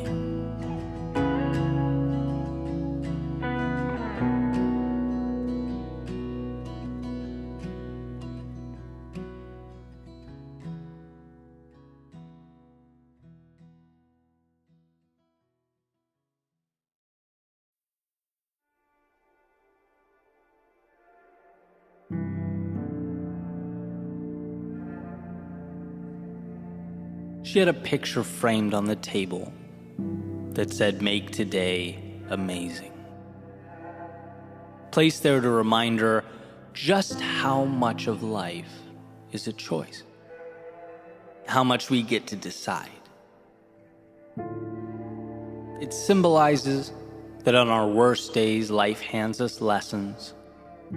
And on our best days, the highs of existence. During our low points, currency, and during our high points, the chance to cash it all in. Yeah, make today amazing. Because today's are few and far between. Today's are not an inconvenience, nor an obligation. Today's are what it's all about. Today is the big show. The answers we look for. The destinations we long for. Today is a place of dreams. That is, if you choose to leave room in your world for dreaming. Today is the beginning of wherever next is for you. A chance to see the new and normalize it, to stretch, to reach further out and pull impossible a little closer into your orbit. You can do that. And while one often can't control what they are given, they can control what becomes of what they are given. Like architects and designers engineering what will be and what the malleable world around them will become. When one raises their standards, life seems to accommodate. Because believing it means acting the part, means making the changes, means the external world makes room, means your identity is reinforced, and so the cycle goes. By making today amazing, you are making yourself more. Decisions are the beginning of all things. See, very rarely is the tool in and of itself the differentiator. It's the vision that pulls us through. And if you take something arbitrary, say a hammer, there's no way to, based upon its existence, determine what it will mean or what will become of it. A hammer can be an agent of chaos. It can smash and shatter and destroy. It can be the thing used to tear down. Or it can be what builds. It can connect. It can alter and redefine so that something, when all is said and done, is brought into an existence that never was. It was never the tool. It was how the eyes viewed the tool. It was the vision that designated the roles that made today amazing. And the reason we all need this reminder, as far as I can tell, is because the difficult things just so happen to be the meaningful things. Because we are fighting not against some little rule or idea we picked up along the way. We are fighting against our DNA, against thousands and thousands of years of evolution. Because the fear that kept our ancestors alert and alive now in a totally new world keeps us contained and our talents minimized. The approval of others that kept us safe and secure as we once traveled the landscape in small groups, hunting and gathering, well, now it keeps us needlessly looking over our shoulders and craving acceptance. The unknowns that kept us out of the dark cave with the predator living in its shadows now keeps us confined, looking out at life's potential through self-made windows. We need to be reminded to make today amazing, because those things are quite the adversaries. Because our default is to just let the ship sail. Our default is to simply survive. After all, that is the standard and the rule by which living things abide. Make it another day. But I believe you are more than a living thing. The godlike ability to not just exist in a world, but create new ones is a miracle, both a blessing and a responsibility. To drive towards a more fulfilled you, a happier you, a healthier you, a more complete you. But one must first become aware that around them exist the pieces required to build something never before seen. The vehicle to those far-off places that were once only dreams, thoughts, illusions. I've always believed that if it means something to you, it's not stupid. It warrants exploration. For even if the thought doesn't end up being all it was cracked up to be, even if it's not the destination, but only a stop along the way, it still pushes you to the next thing, and the next thing, and the next thing. It still moves you forward in this beautiful game of life. So decide. Decide to make today amazing. Choose to make it better. Let the obstacles lift you up and the momentum carry you towards something meaningful. When others stop and find reasons to doubt themselves, how about you find the small win buried, tucked away underneath it all? The little key that may do nothing more than get you through that next door. After all, sometimes that's what life's about. Picking up your head when it's most difficult and finding the next door to walk through. And the magic is knowing you can always do that. Because there always exists both the doorway and the key, but we must be willing to find it. That's the obvious thing about those doors. The right ones will open, but they require we find the strength to approach them. They require that we seek out amazing. And so with this in mind, what is the next chapter like for you? Are you currently enduring one of life's winters? Are you navigating those inevitable valleys of despair, in which the value is in finding that single ray of light amidst the storm? Looking within yourself for the courage to take one more step forward, and another, are you seeking out that spark that will reignite the fire in you? Because it's there, so long as you choose to make today amazing. Maybe you've climbed yourself out. Maybe you're looking for whatever's next, the new evolution, seeking to follow your heart and continue the beautiful progression that is life. Let the external world support that vision. Choose to see the detail not as trivial, but as the answers. The tools that will lift you up and support what you are building, it's there. She had a picture framed on the table that said, "Make today amazing." Placed there to remind her how much of life is a choice. Because in a world of options, what a gift to choose the journey of a lifetime. What a ride that awaits, so long as you decide to step in.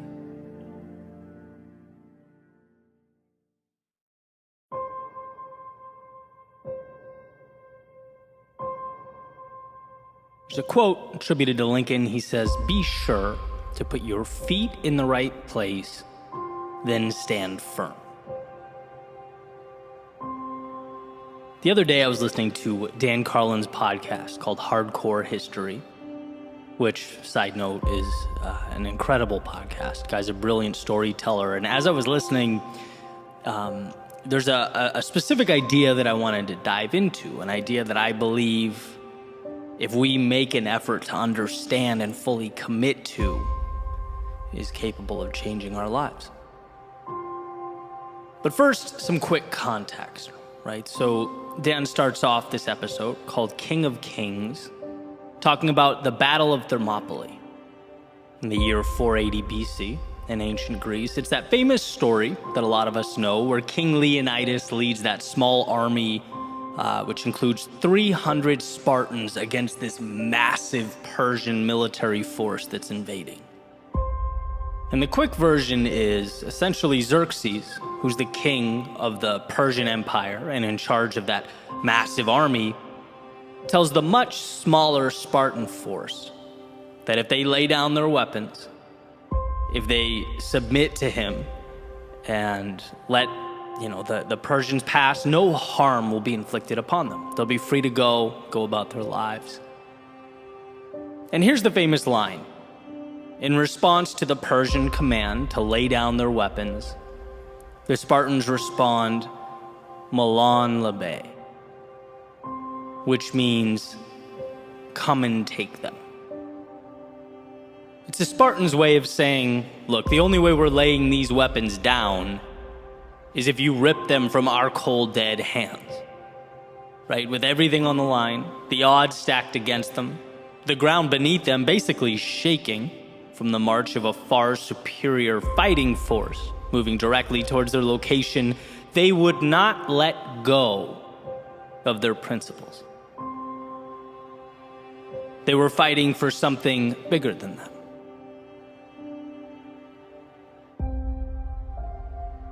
And I couldn't stop thinking about this idea long after I hit pause on the episode. I guess I was awestruck by the power of living life with that type of conviction. Because I know in my soul that's a North Star I should be gravitating towards. We all should. The strength to be unrelenting with regard to that which we care about. The aforementioned quote from Lincoln about finding the right place for our feet and then holding steady. With everything you have, all that you are, holding firm. I just couldn't get that out of my head. And then it came to me that invading force represents so much in our personal lives. So many things. One example being the difficult or adverse circumstances, our trying times. When you're most likely to concede that perhaps you're no bigger than that world around you. Maybe life is a movie and I'm merely the audience. My job is to clap, laugh, gasp, or cry. I'm a cog in a wheel, a line in a script, powerless. In which case, you should be reminded of Viktor Frankl's famous observation that everything can be taken from a man but one thing, the last of the human freedoms, to choose one's attitude in any given set of circumstances, to choose one's own way. In other words, the outside world may change. It may evolve, but it will never have power over how you choose to internalize and view what's happening. That's innately yours. So when the circumstances feel like they demand more than you can give, when they suggest you leave your interpretation of life behind, the correct response is, as the Spartans defiantly said, "Come and take it." That army could represent a pushback against your values, the pillars of your individual foundation that you feel, amidst all the pressure, tempted to let go of. After all, it's easier to retreat than stand toe-to-toe with others. It's easier to abandon than it is to defend, at least in the short term. But as Victor Hugo writes, you have enemies, good. That means you've stood up for something sometime in your life. The enemies, obviously not being the point. I'm a believer in the conservation of enemy approach to life. Allies just pragmatically get you a lot further, but here's the reality. Anyone who stands for something will undoubtedly create divide. They'll be criticized and condemned. And when one feels the pressure of that criticism, they must understand that it does not invalidate who they are or their worldview. That is yours. You are the only one who can give up or relinquish that control. So as the Spartans said, come and take it. And then lastly, my thoughts went to the little things that make us who we are. Those tiny pieces of ourselves that we, little by little, one by one, over time give away. The concessions that fade into the background as we evolve to fit in so that we don't stand out. As Emerson beautifully put it, to be yourself in a world that is constantly trying to make you something else is the greatest accomplishment. And so that attacking army just might be the universe attempting to mold you to it. Perhaps not all at once, but more like that frog placed in water and put on the stove, with the heat increasing so slowly over time that he doesn't realize the heat will soon overtake him. Externalities do not dictate. They are objects in need of meaning, and you are the architect here. If it means something to you, it's worth holding on to during the difficult times and the easy times. When it's popular and when it's not, there is value within you specific to you, a value that must be nurtured in order to expand. Others can't and won't see that. The world around you may, even with all its complexities, seek to suppress it. But that flame is there. It's there and it's yours. And to anyone or anything looking to extinguish its light, come and take it. After all, what is a life if not one lived on your own terms? The goal is not to simply exist, but to define the plane on which you'll evolve, to devise your own parameters. Be yourself as that world looks to make you something else. So here's to digging deep, to finding within yourself the courage to stand up to the great armies of chaos, conflict, adversity, and their perpetual conquest. To remember how strong you are, how much control you have as you navigate the unknowns and redefine the right nows. Don't let your strength be the thing you give away. Don't let your heart be what gets left behind. Don't let your thoughts become illusions of what could have been if only you'd held on. And look, I'm not saying it's easy. In fact, I know that the meaningful road will necessarily be the one that requires the most of us, that makes us question who we are and where we're going. It will ask that when our minds race with doubt and our knees shake with fear, we find a way to stand regardless, to walk to our demons, look them square in the eye and proclaim that whatever it takes, we are willing to give. That we will fight until there's nothing left, go until we can go no further, and hold with conviction all that matters most. So the next time life demands that you fall back or bow down, the next time chaos emerges in the distance and asks only that you lay down your arms, here's to being strong enough, certain enough, courageous enough to say one thing and one thing only: come and take them.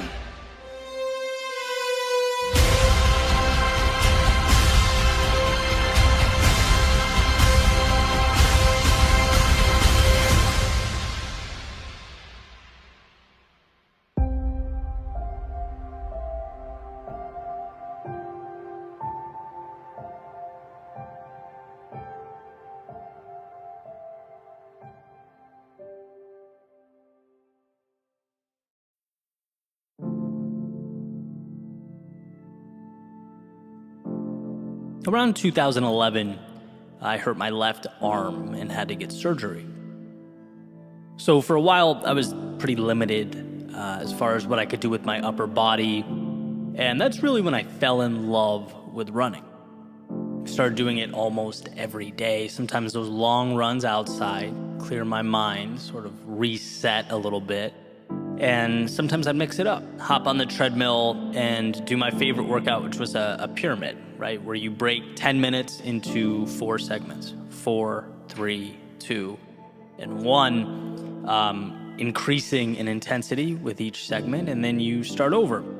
And that's where this whole idea comes from. It's this treadmill workout that I want to talk about, because there's a little ritual I picked up that I still implement to this day, and it was simple.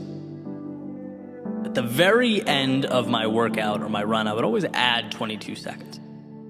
My lucky number twice, 2 and 2. So for example, if I told myself, the workout's going to be, 3 pyramids or 30 minutes, I would stop running at 30 minutes and 22 seconds. Right? If I told myself it was going to be an hour, I'd stop at 1 hour and 22 seconds. Always tacking on that 22, and I don't really remember the first time I started doing it or even why. But like so many things, that 22-second period organically became a habit. Sort of evolved to take on a life of its own and would come to symbolize for me a little challenge. The idea that the end is never really the end. And no matter how tired I was or how bad I wanted to stop, especially when you can see that finish line in reach, I could always squeeze out a little more. Like there's always something extra to give. And you could certainly go down that 22-second rabbit hole, right? Just 22 more seconds. And then you finish that and you realize you can do just 22 more and just 22 more. It's like this never-ending spotlight into how incredible we are as humans. That our stopping points almost always are constructed. Rarely is there not an extra 22 seconds or 22 somethings we can endure. And not only that, I think there's a case to be made that our growth occurs in that final push. There's a ton of value, hidden away in there. The stretching of the mind and body, the last rep that breaks down the muscle, the last few seconds of that run that force the lungs to work their hardest, exhausting that last bit of energy and focus, studying for an exam. Maybe that's where you confirm your comprehension and understanding of the subject matter. It's like when we are pushing ourselves just outside the limits we drew up, we are simultaneously expanding those limits. And so over the years, I've adopted that mentality. And I look at myself in the mirror now and I can see it. I'm not the same person I was a decade ago. Those little decisions to add on 22 seconds, they stack up, and they stack up in a unique way. Because it's not necessarily about the time. It's not the same benefit that, say, an hour every morning at the gym would bring. Obviously that would be incredibly valuable, but in a different way. I'm talking about mentally, an armor that we come to wear, an identity that gets materialized. It's how you see yourself and how you see the world. You understand how manufactured our parameters are. And I get it, we have to stop somewhere, sure. But it's an acknowledgement that those somewheres are fiction. They are arbitrary. You weren't made to exist within them, but to stretch them, to recreate them. And that's an endeavor that is always uncomfortable, but as far as I can tell, always worth it. The strength to go a little bit further than initially intended or designed is what will place you in a league of your own. And that's where I wanted to start, by bringing attention to the idea that there's always an extra 22 seconds, and you are always capable of obtaining it. That is yours. Whether you choose to see it or not, it's an option. It's always an option. Which sort of connects us to my next thought. If I know that's who I am, someone that fights for that 22 seconds, if I know that's what I'm capable of, and that's what lights me up, what about those times in my life when I had no desire to reach for the extra 22? Because sitting here, I can think of plenty. I can think of times when there was dissonance between my identity and my actions. Here's a quick story, right? This was a shift in my life and my understanding of reaching for that little bit more.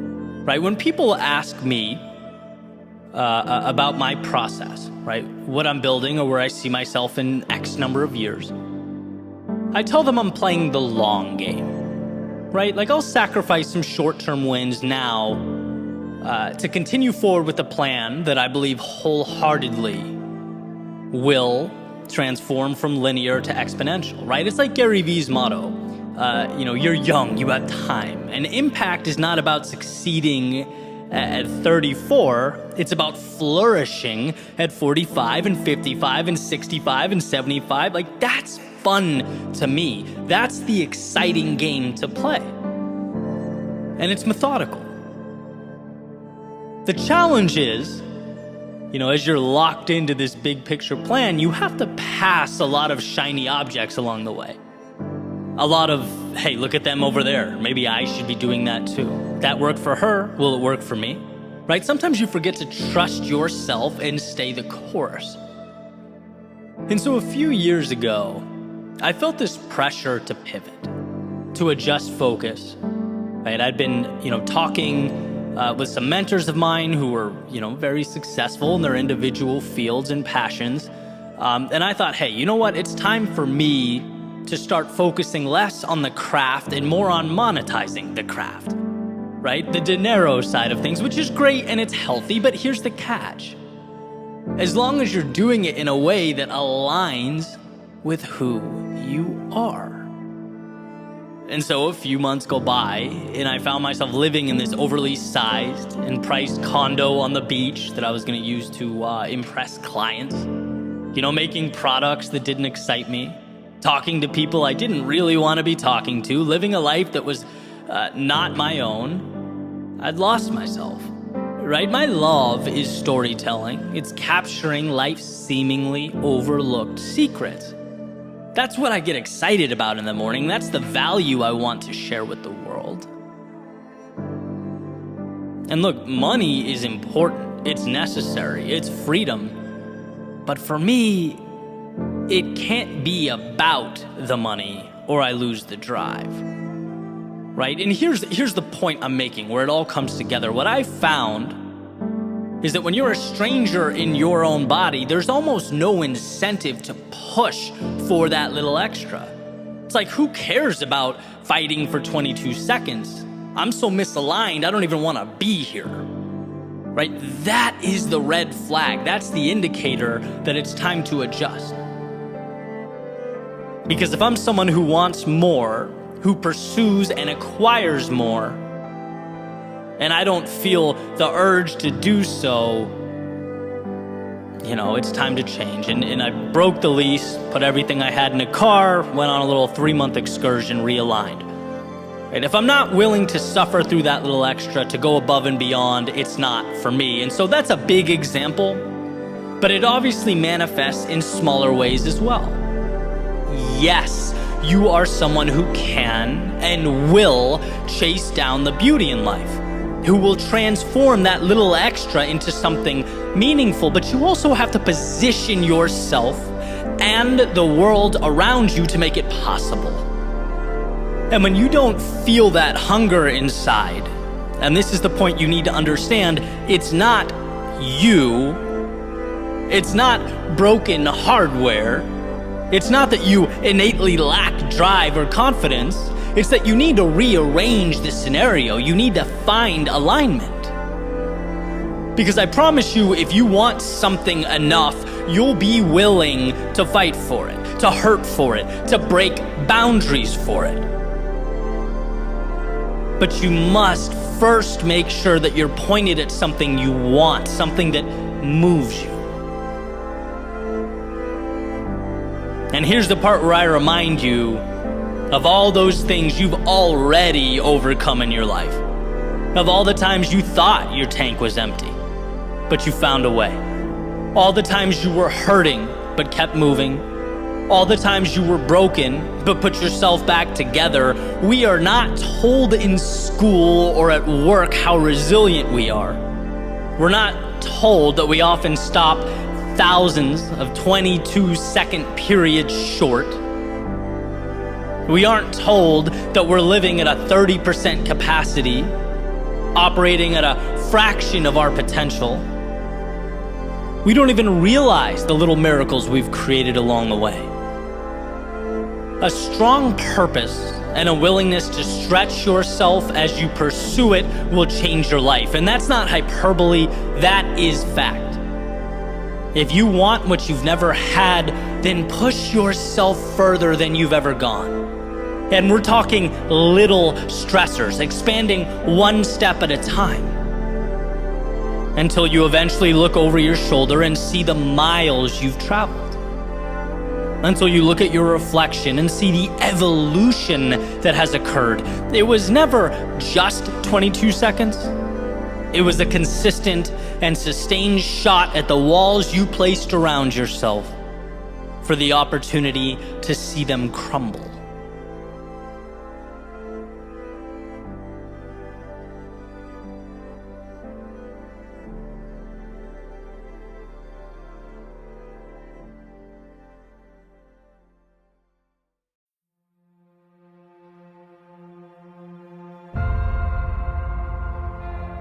Let's right out of the gate draw a line.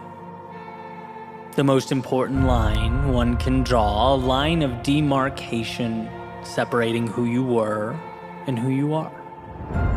A line between the past and the present, and this line marks your return. No, not to the days of old, but to step one. Your chance to begin again, to rise above, to transcend yesterday's character and transform today's potential. See, what we often fail to realize is that there are ideas deeply ingrained in our minds that rule over us, a sort of subconscious authority. It says yesterday you fell short, so today you are someone who falls short. It says your objective was not reached in the past, so how about a new, maybe easier one? It draws a nice little box, pats you on the head, and says, how about we make a nice, cozy home for ourselves in here? And what this subconscious authority fears most is that you wake up, that you become aware, that you return.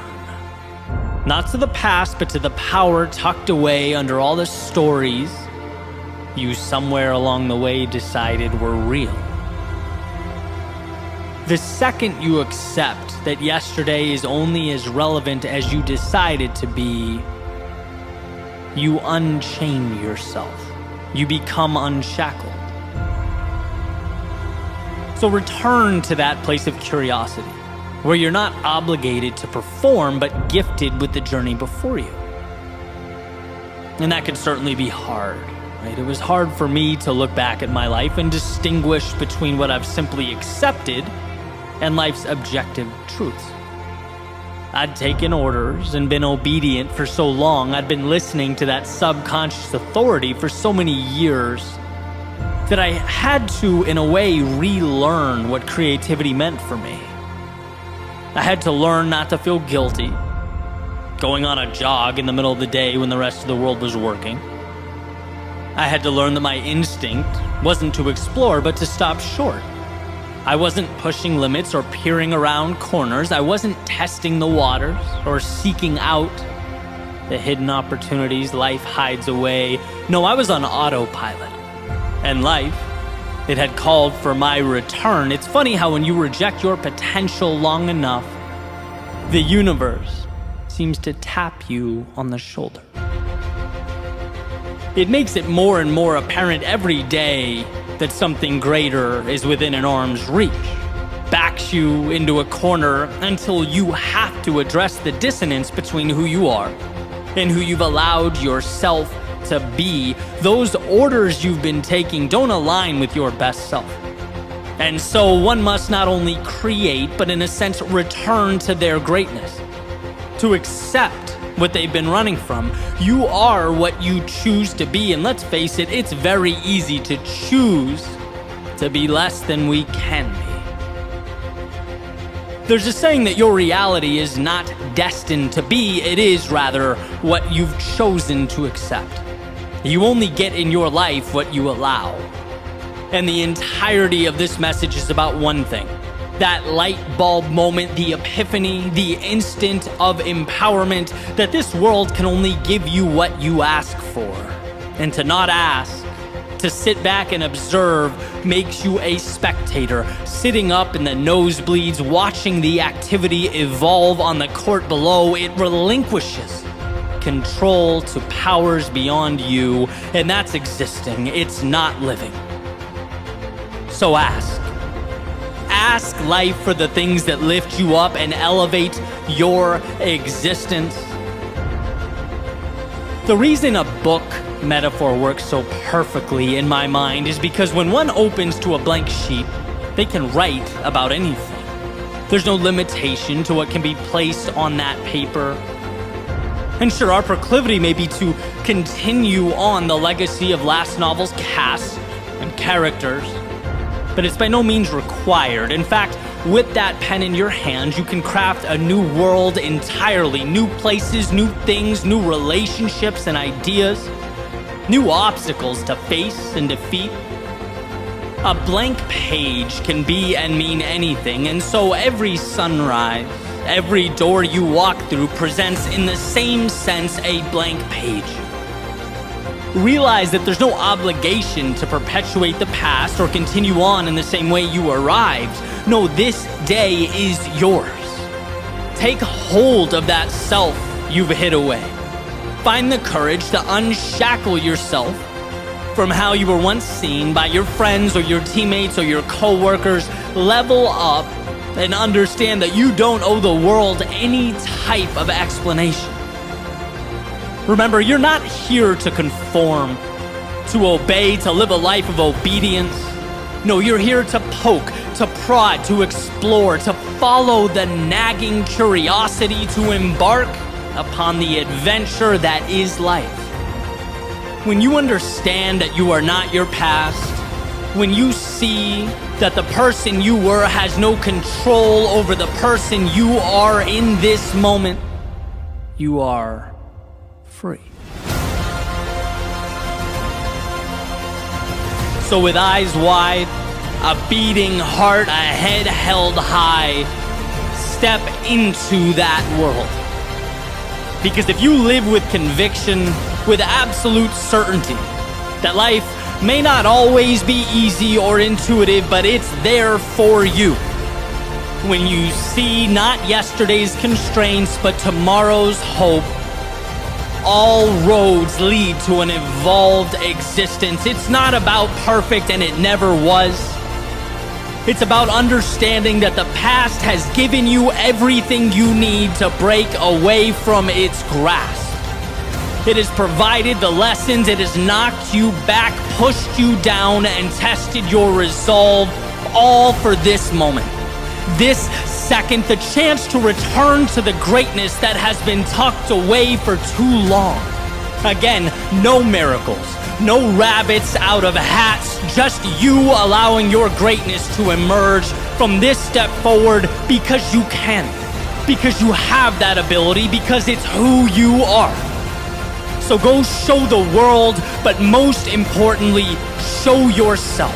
You will be amazed at what's possible for you if you simply allow it to materialize. If you, amidst the darkness of days past, let yourself light up the night.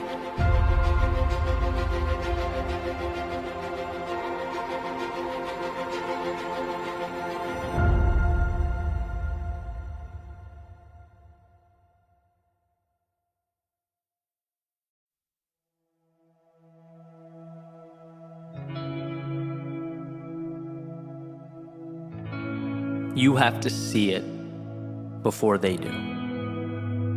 You have to believe it before they will. You have to be the architect of your plans and your goals, because no one will build them for you. And that's just it. In a world where victimhood is becoming currency and blame is becoming the norm, we have a choice. Create a temporary, fleeting escape, or create a life that matters.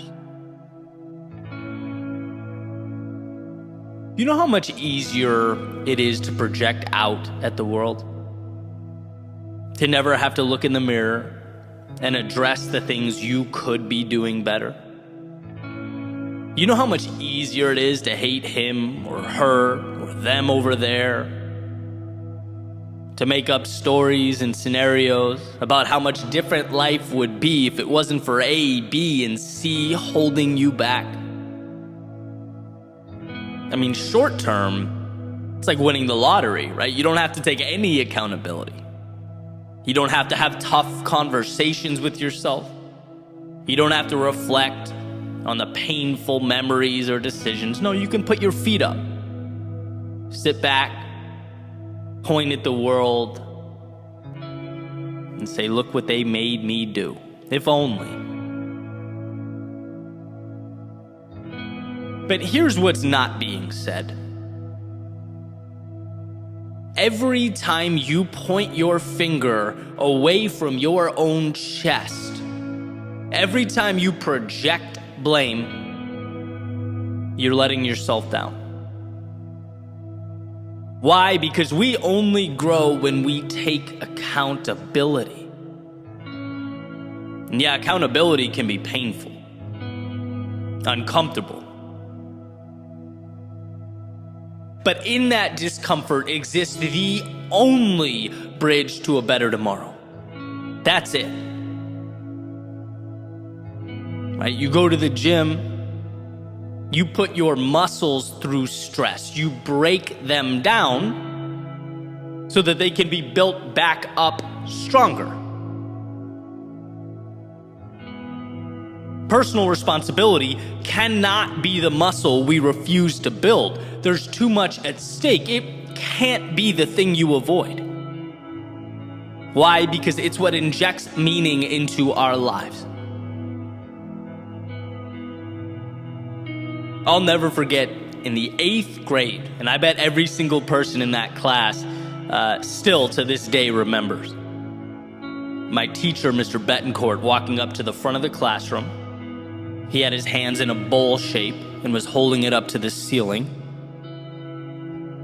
explaining to us that you can't go through life asking the world to give you its scraps. That if you sit and you wait and you hope and you blame, you will lose. That's the recipe for bitterness and resentment. Think of it like a fork in the road, right, where our two options are vastly different. You go left at the fork, and you enter a world of escapism, refusing to confront your problems, finding reasons you can't do that which you know you need to do, hating others, those who have built, grown, or created themselves. Or you go right at the fork. You learn to do the hard thing, to humble yourself, to take control of your life and your world. When things aren't the way you want them to be, you look around and you immediately ask, things outside of my control may have brought me here, but what can I do to fix it?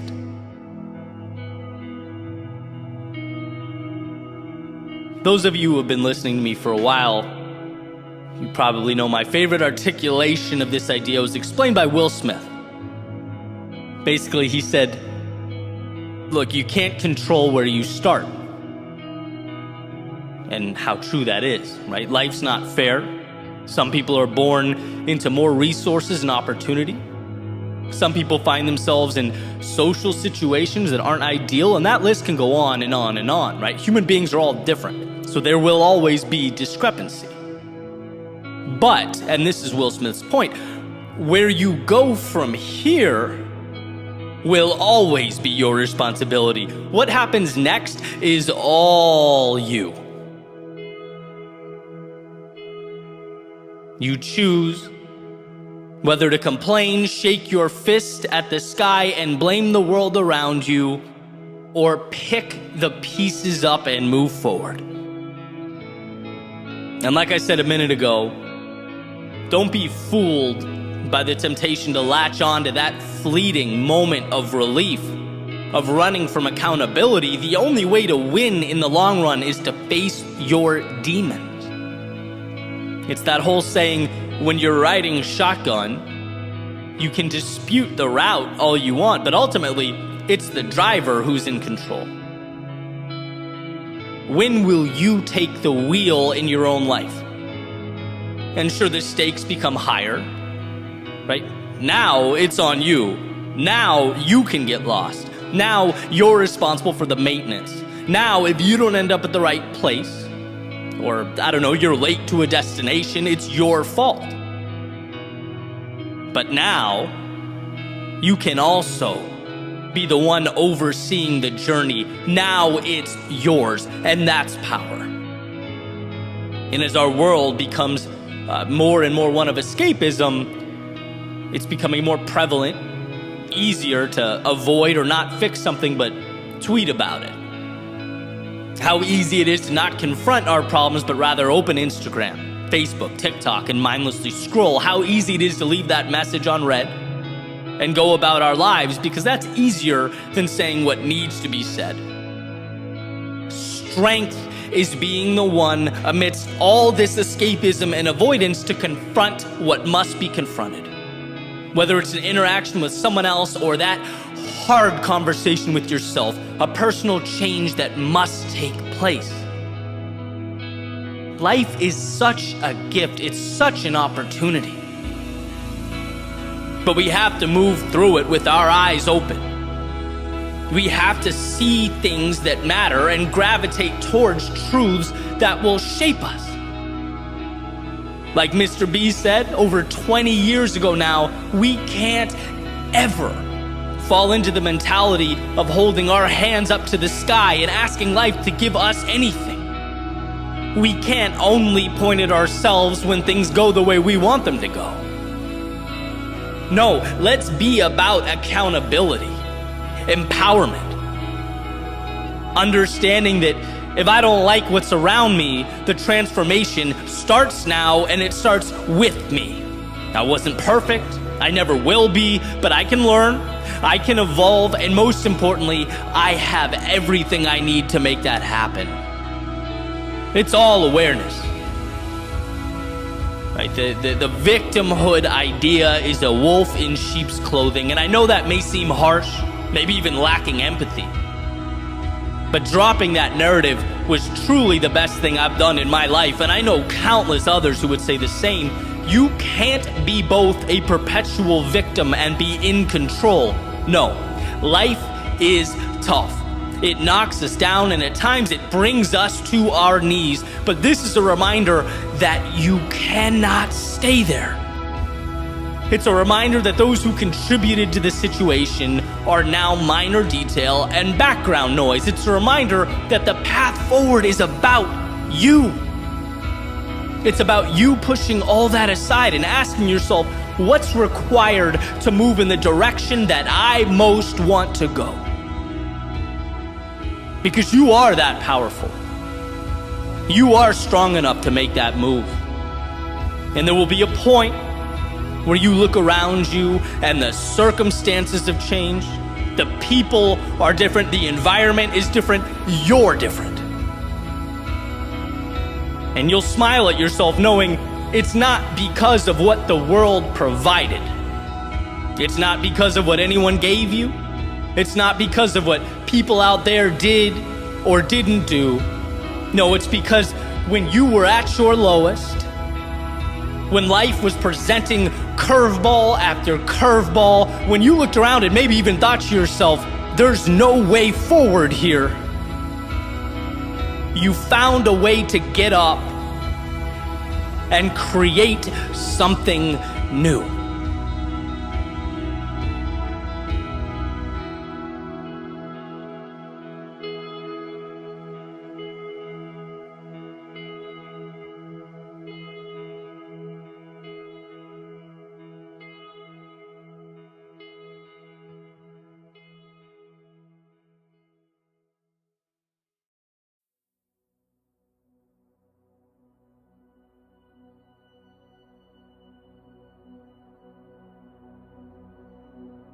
If these walls could talk, they would remind you of the things that you sometimes forget.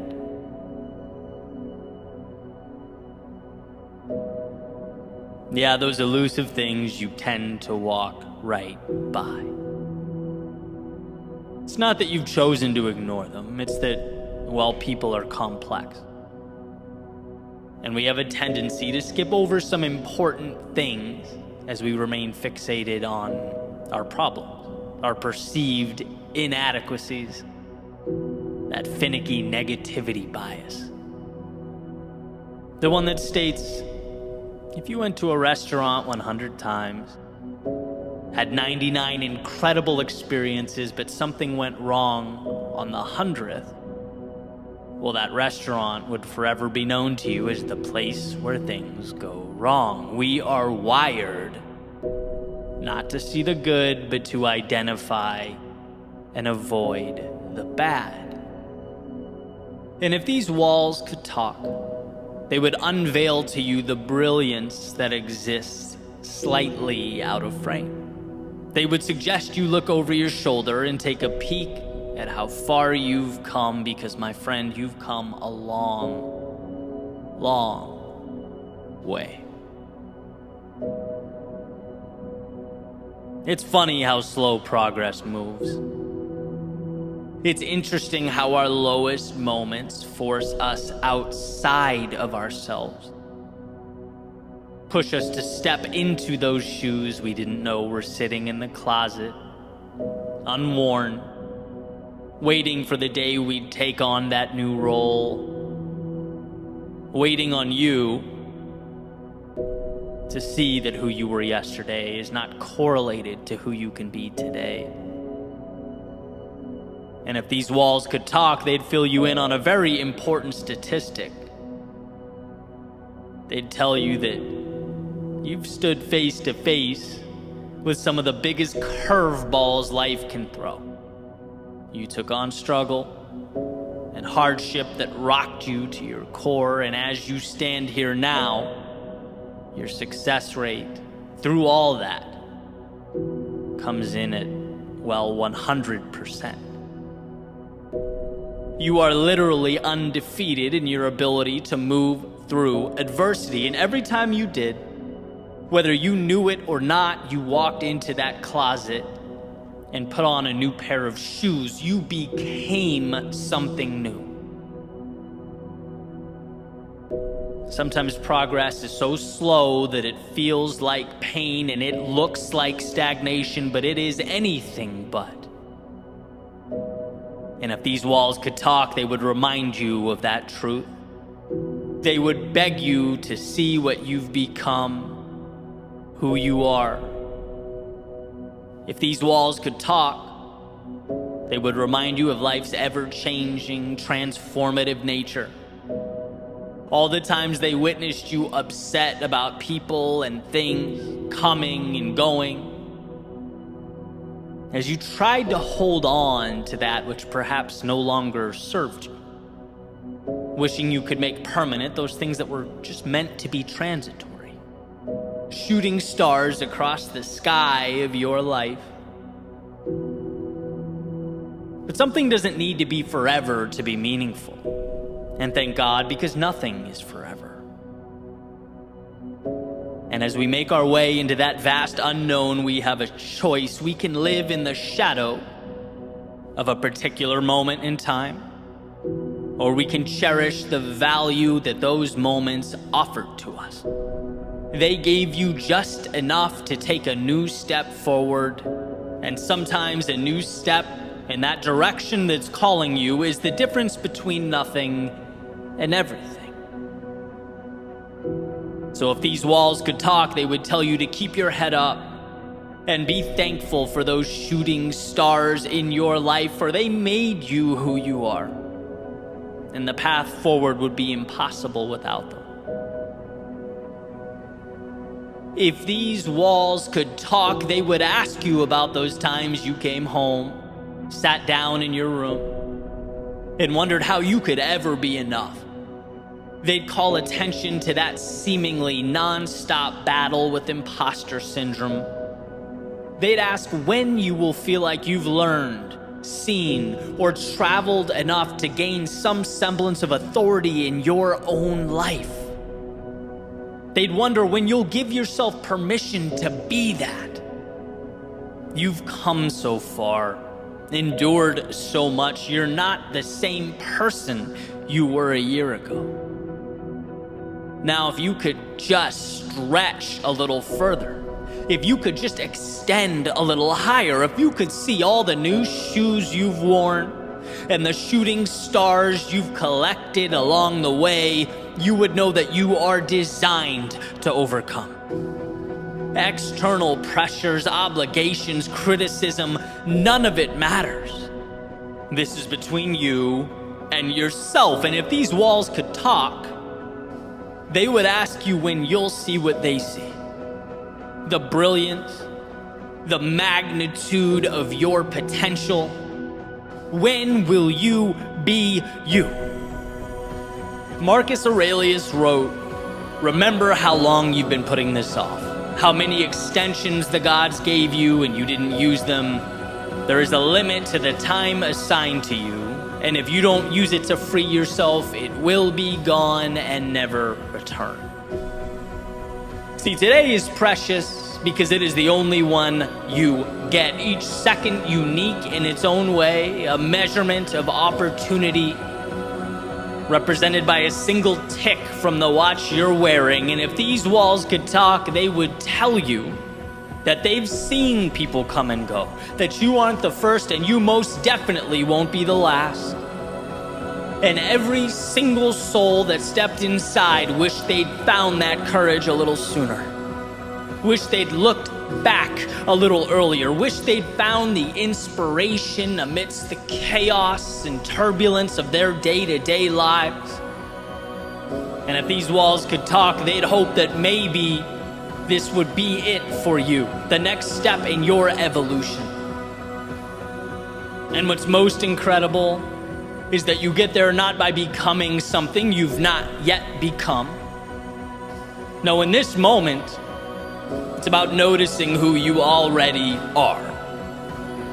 Instead of the one mistake or reason to shrink into yourself, how about shining a light on those 99 reasons to expand?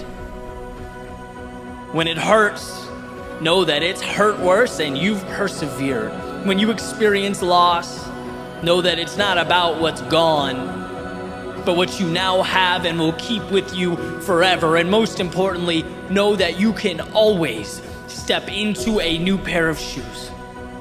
You can always reinvent, recreate. You are never defined by something that happened in the past.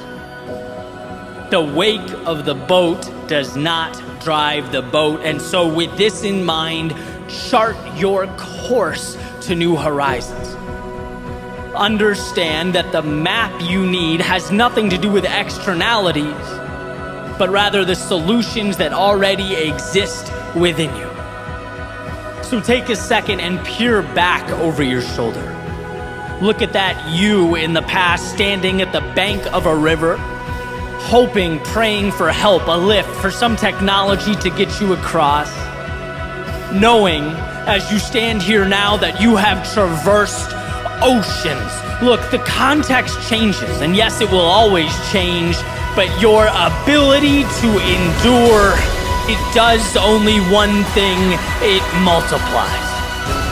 You have everything you need because you couldn't have gotten to this point without accumulating the knowledge and expertise to take one step forward. And miracles, they are merely the culmination of those courageous steps. And yes, when we are stuck, when we're at that coastline looking out at foreign horizons, I get that the answers seem big, sometimes even bigger than we are. I get that the mind wanders right to the potential disasters, to the what-ifs and the worst case. But if these walls could talk, they would let you know that you've come this far, endured and accomplished all this, not because you've left mountains or jumped oceans, but because when you were at your worst, you found it within yourself to carry on the exponential compounding of what has made you great and what will continue to make you great. Look, if these walls could talk, they'd show you how the difficulties of years past have become stepping stones. So commonplace, so easily solvable that they no longer even warrant your attention. That by moving forward, you have faced your obstacles, taken the value from them, and made them obsolete. If these walls could talk, they'd remind you that you are not only ready, but made for everything that awaits.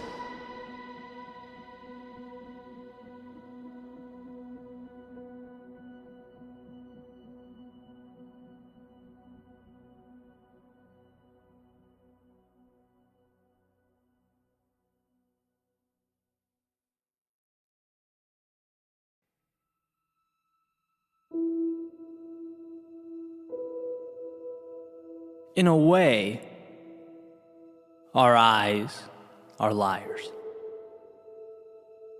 Not in what they portray, but in the implication of their portrayals. Our eyes highlight to us one thing: what surrounds us now. We receive a snapshot of the current moment. And what took me years to understand is that possibility and hope live far beyond what surrounds us right now. And it's that pursuit of possibility that saved my life. Immersing myself in the unseen. Perhaps we were given the now, not to subserviently accept it, but to transform it. I believe in our own way, we're all architects. Here's what I've found to be tricky, though, as I've spent time thinking about this. What I believe and I've come to recognize is that two things can be true at once. First, All we'll technically ever have is the present. As Eckhart Tolle explains, depression is essentially being lost in the past, anxiety is being fixated on the future, and that a healthy life is learning to cherish the now. But second is the power and control of being able to point the now at something far beyond what our eyes convey. It's the magic of knowing that we spend our days navigating a world of limitation and restraint. And it's not that we wake up and think, I'm going to restrict myself today. I'm going to not live up to my full potential. No, it's that we go on autopilot. We observe the slideshow our eyes play for us day in and day out and exist within those parameters. That seems perfectly reasonable. Our eyes show us a wall and our brain says, okay, this is where we stop. The end. And what I want to highlight is that world just beyond what our eyes show. A world that pushes things a little bit. A world in which we ask, okay, but what if I gave a little more? Or why can't I be like those people in my life I look up to? Why shouldn't I change the circumstances that weigh on my mind? Why have I accepted these things that make me unhappy day in and day out? Just because it's the image your eyes show you right now doesn't mean it's where you stop. But we have to learn to look for more. When I was pretty young, like right about the time home PCs were gaining prominence, my parents got this gateway computer that came with a Star Wars game demo. And you have this character, you wander around the spaceship, and I played it, and I played it, and I played it, and after a while, explored all there was to explore. Right? Or so I thought. I assumed I'd maxed the thing out because it was a demo. It wasn't the full game. So my assumption was that it wouldn't let me do too much until I went out and bought the real version. Then one day my friend from up the street came over and I'm showing him the game. And somewhere he notices a little button that opens up this door, and come to find out, there was actually a lot of real estate left to explore. A lot of game available. It led to a tunnel that led somewhere else, that led somewhere else.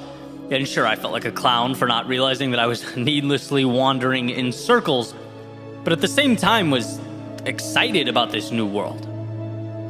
There's something about that concept, the secret door, the bookcase that can be moved to unveil a passageway to something greater, to the value locked away and invisible to the untrained eye. One of the most important things for us to understand is how many of these doors exist in our lives. That if we choose to recognize and identify something more, something that excites us and invigorates us, we can usually draw a line to it. We can start little by little heading that way. Because within the current moment slideshow we see all around us exist the little passageways, the side streets, the tunnels connecting to something more. That of course those gates won't open up if you've not constructed a destination in your mind worth traveling to. Again, not because you're insufficient or inadequate or wrong, but because our default is to live life on demo mode. We have to manufacture more.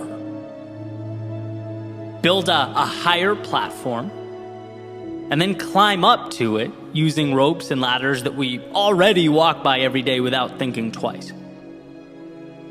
Our world, our right now, is a toolbox waiting for us to construct a more meaningful, peaceful, happy tomorrow. And so again, I present the question, where are these hidden opportunities or gateways in your life? Where can you find the advantages dressed up as the mundane? Is it in a book? Is it a conversation? Is it applying to that thing you've been hesitant to pursue because you're scared of what might await? Is it understanding the power of 10 minutes a day? And how starting small opens doors that we can't even comprehend? Is it a little boldness? Is it looking in the mirror and realizing you're still shackling yourself to who you were yesterday? Is it understanding that someone or something in your life isn't conducive to your well-being? Is it an hour in the morning to think? An hour at night to breathe? Is it changing a self-limiting relationship with time or money or resources? What walls can you knock down so that you might open up a world that's meant for you? A world that's malleable and without limitation. Your eyes, they don't tell the story of how things can be or what they mean. They show you the infinite tools at your disposal to build, to create, to design, to never accept a now that wasn't chosen with intentionality. That where there exists pain, there also exists a door to lessen and transform that pain. Your journey, it never ends where you are, it ends where you choose to stop. It ends where you plant a stake in the ground and accept the world around you. So if no one has told you recently, let me remind you how powerful you are. Let me reiterate what you are capable of. And that perhaps your reality requires of you some customization. Perhaps the courage to step outside the routine and the obligation.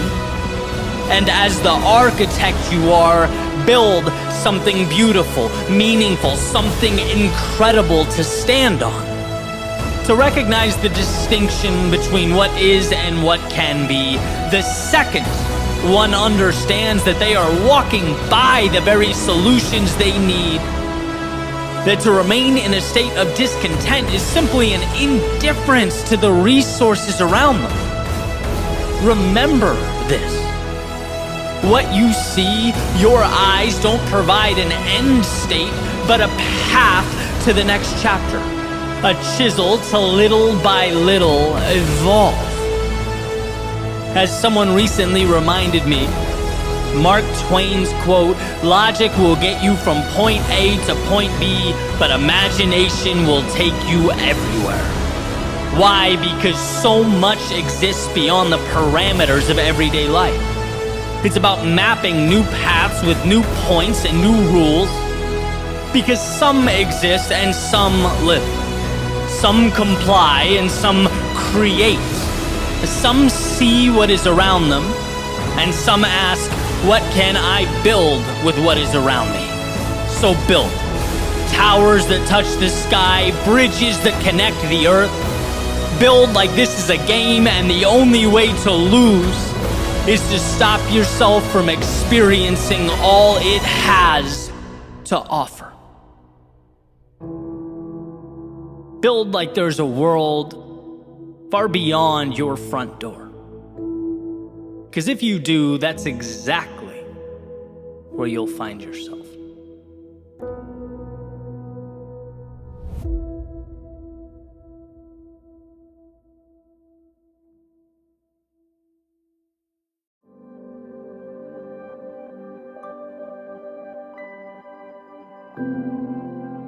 Sometimes the most important things we do in our lives are the product of sheer will. Of taking little nothings that surround us and making something out of them. In other words, the greatest opportunities, often the ones we need most, they simply aren't obvious. They're hidden. Hidden behind what looks like difficulty, what appears to be hopelessness. The reason I place so much value on a single step forward when we're overwhelmed or at a low point is because a single step means you're in the game. You're giving yourself a chance to find and obtain those little hidden away pieces that can't be found when we stand still and dwell on a situation. Mobility is empowerment. And when we move forward only with what we have, we're continuously reminded that what we have is enough. We have the tools, the resources, and the ability. We just have to somehow remind ourselves that with those tools, we are capable of building, of creating the incredible. So, quick story about what I believe is the best song ever written. Certainly one of them. And it's a little bit older now, but in 1998, a band called the Goo Goo Dolls released a song called Iris.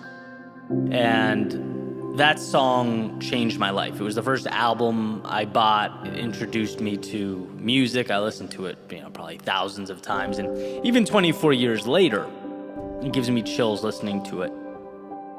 And so I wanted to find out a little more about the song, and I came across an interview from Johnny Rzeznik, who is the frontman and songwriter for the band. And in this interview, the interviewer is asking Johnny about the song, basic questions, how it came out, how he wrote it, and stuff like that. And there's a few points that I think are amazing. I want to share them with you. First is the state he was in prior to writing the song.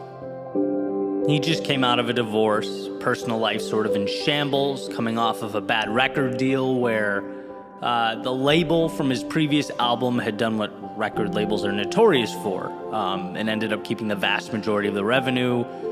He had writer's block, just felt down, and had left his home to stay at a hotel in Los Angeles. Right. Bottom line is, it's not a dream scenario by any stretch of the imagination. And then gets a call from his manager about potentially writing a song for the City of Angels soundtrack. And he says he went and sort of auditioned with what he had, which was 2 lines of a song and a guitar with 2 broken strings. It was evidently good enough. He gets a nod from the label and starts writing.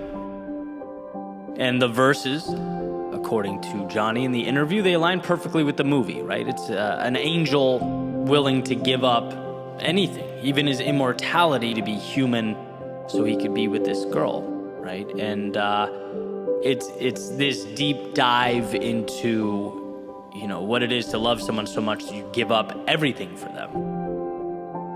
And this is the icing on the cake for me. That's when I realized that I wanted to write about this. The interviewer says essentially, okay, Johnny, the verses align with the movie, but the chorus, this revolutionary, big, beautiful, powerful chorus, it seems to take a left turn. Can you explain that to us? What were you thinking?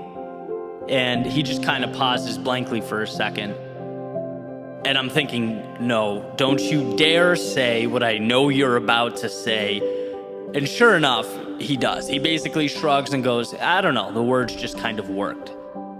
And, I'm paraphrasing. That's not a direct quote, but that's the idea.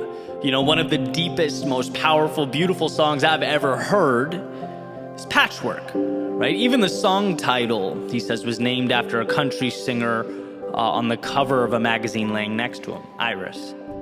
That's patchwork. It's pieces put together, right? And then as I thought about it for a minute, it's of course it is.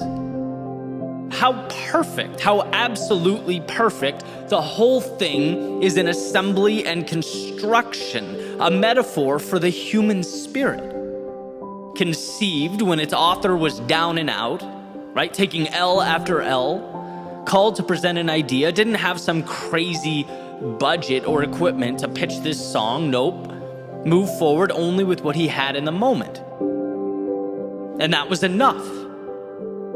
Then the song, a beautiful depiction of, the movie's theme, combined with elements of real life, his personal situation, what he goes through, maybe even components that mean nothing other than an ability to encapsulate a feeling or an emotion. Words that allowed him to put a bow on all these little pieces himself and get it out the door. And millions of people listened to that song and were changed by it.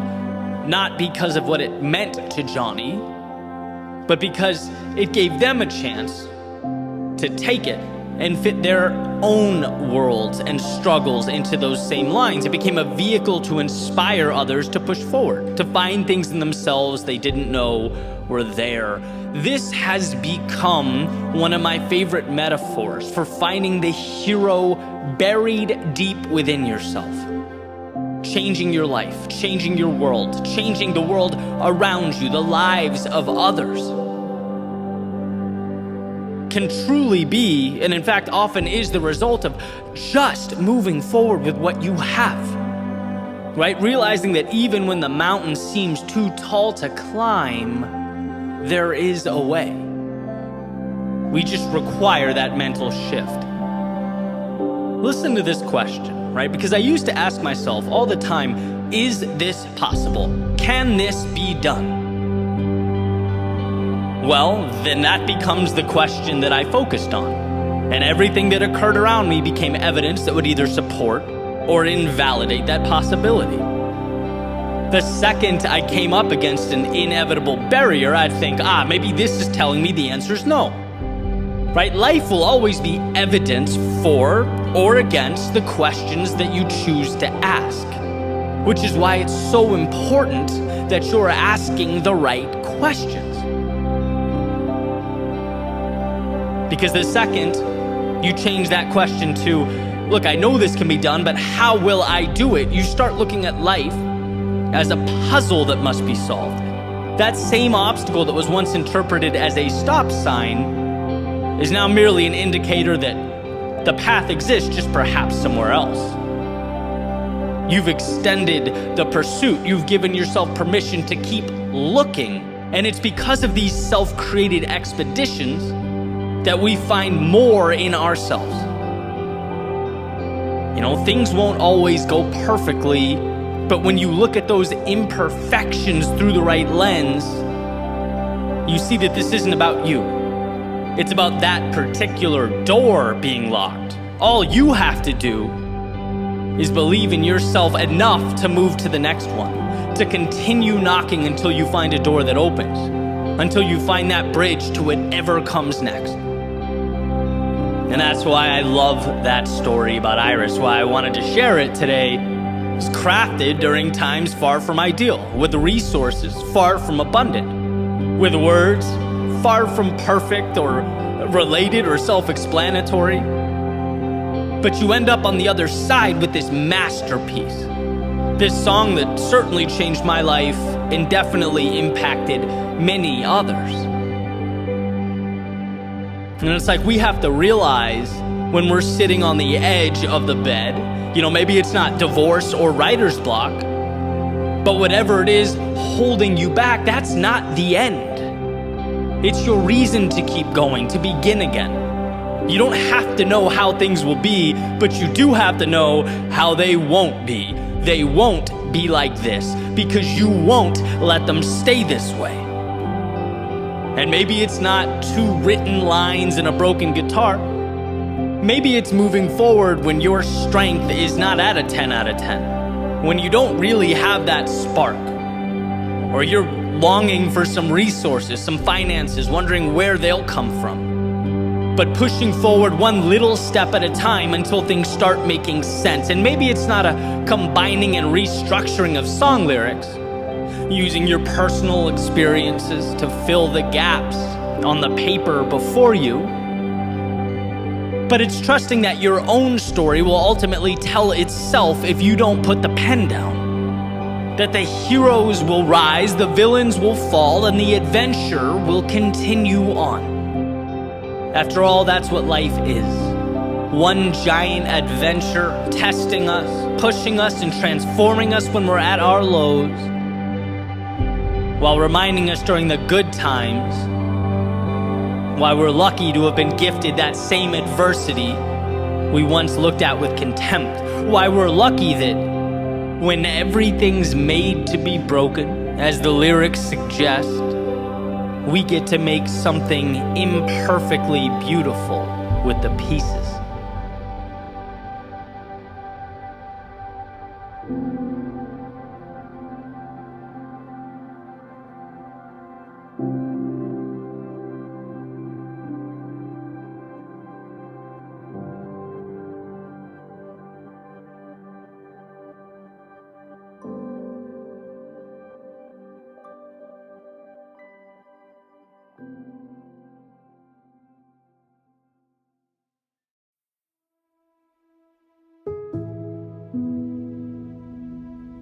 Recently, I was thinking about something a friend of mine named Tom told me a few years back.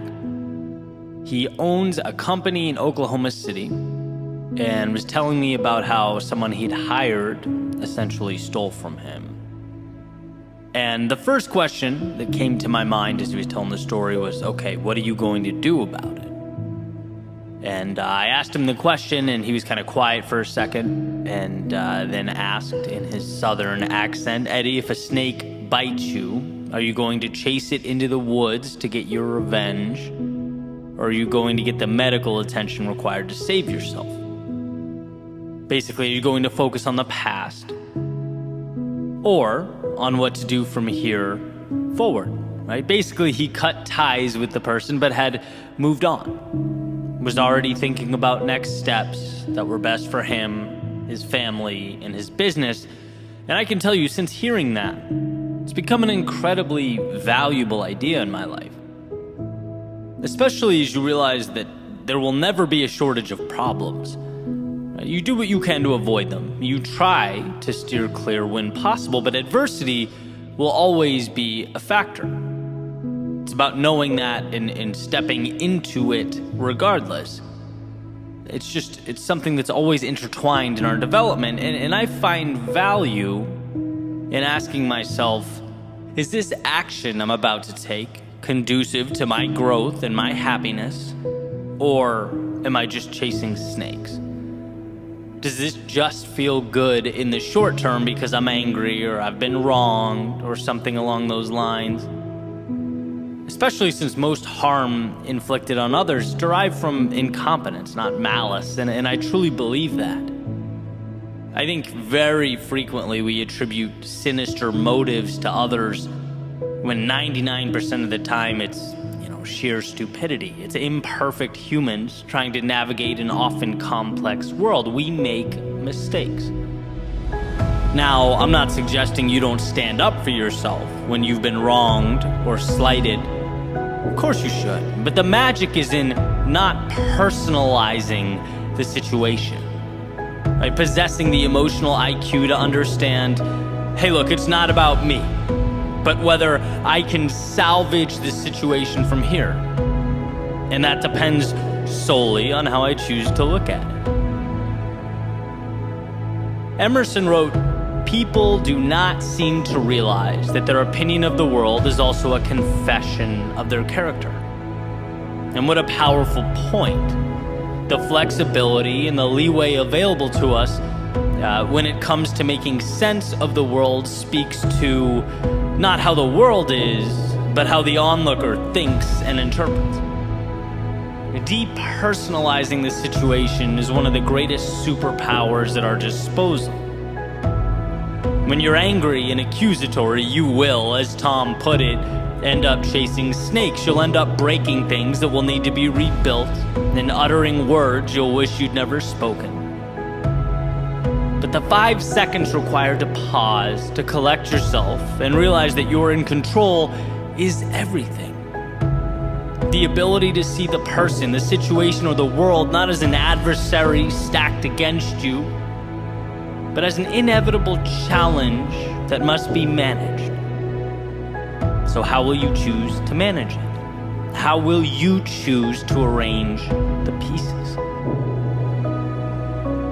And by the way, I'm fully aware a constant theme for my speeches and podcasts and videos is the act of pointing not out at the world, but in at ourselves. My responsibility, my fault, my problem to deal with.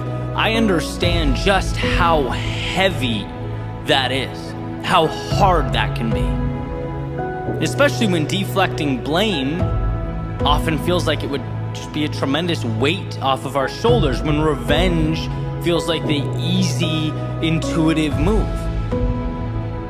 But again, it's short-term relief. To truly grow, to find the calm and happiness and meaning we long for, it's the internal relationship with ourselves that matters most. It's the ability to say, I may not have created this, Or even, I may have made the mistakes that brought this to life, but I can't fix it until I look at both the situation and my own reflection and proclaim it's mine now.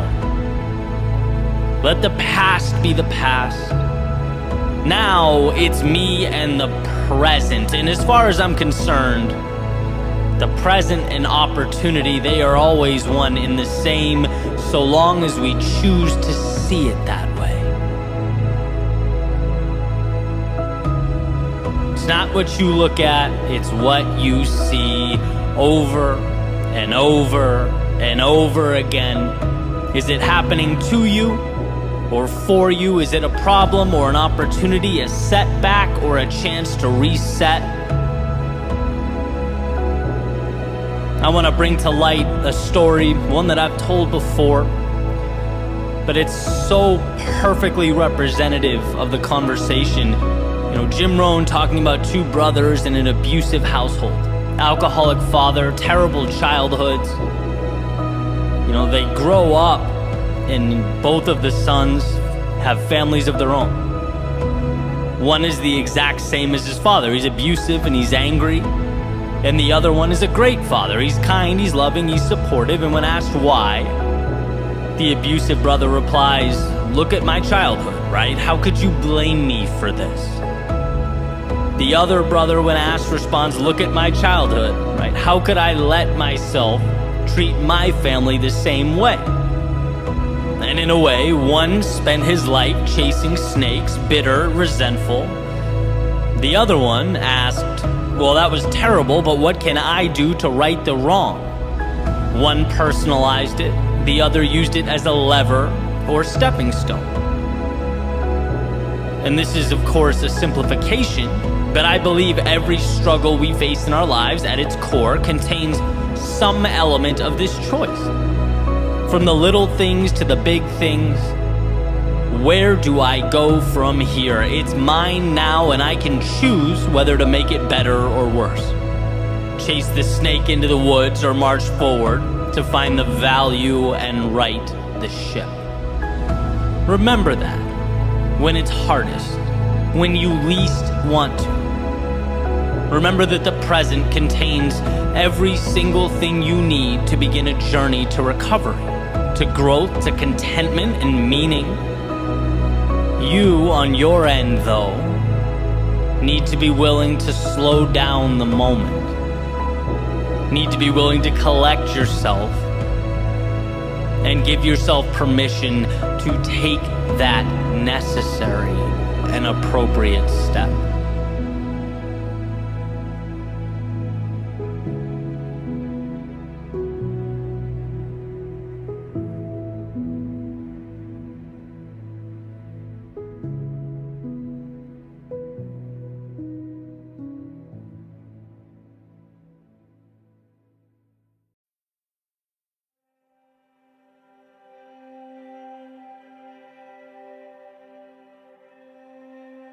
A life well lived is a dance between having the strength to walk away and having the courage to go all in. It's juggling the idea that absolutely nothing matters and the idea that every second is a blessing beyond which I'm capable of even explaining or articulating. Nothing matters, so live without limits or constraints, like you're on a once-in-a-lifetime journey. But everything matters, so know that every second along the way is perfect, a building block, a microcosm of the universe resting in the palm of your hand. And I think about this push-pull from time to time. I play with the idea that nothing matters when I need courage, when I need to convince myself to be a little bolder, reinforce the understanding that there is no pressure here. Life can only give what I'm willing to carve out. And as that clock ticks away in the background, what do I have to lose? as Mark Twain put it. It's the things we don't do that we come to regret. And then on the other side, when I need a little discipline, I play with the idea that the little things are everything. After all, two things can be true at once, and the details matter a lot. For me, getting up 2 hours earlier does make a difference. That pushing a little harder will add up. The little things become everything. And painting that portrait that had been tucked away in my imagination, well, that's done one very real, very tangible brushstroke at a time. It's participating in that dance between nothing and everything, the real and the imaginary. But for the time being, let's leave those very important little things and focus on the divine big things. Those nothings that with some vision and concentrated effort become some things. I have a friend that says to me all the time, nothing matters. And not in a nihilistic, throw your hands up and stay inside until the end of time type way. But in a way that poses the question, why wouldn't you risk it all? Nothing matters. Why wouldn't you risk seeing how far you could push, how long you could run, how much you could become? Because maybe, just maybe, this whole thing isn't as serious as we'd like to think it is. And instead of feeling confined and scared, what if you felt alive, blessed to even be here? And I think realizing that we build these imaginary boxes around ourselves and live within them is a huge step.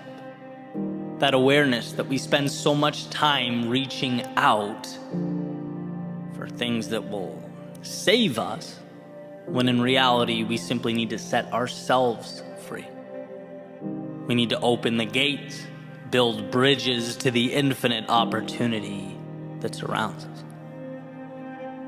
And when I think about this, a feeling that still comes to mind, feeling I had after 2K tests in college.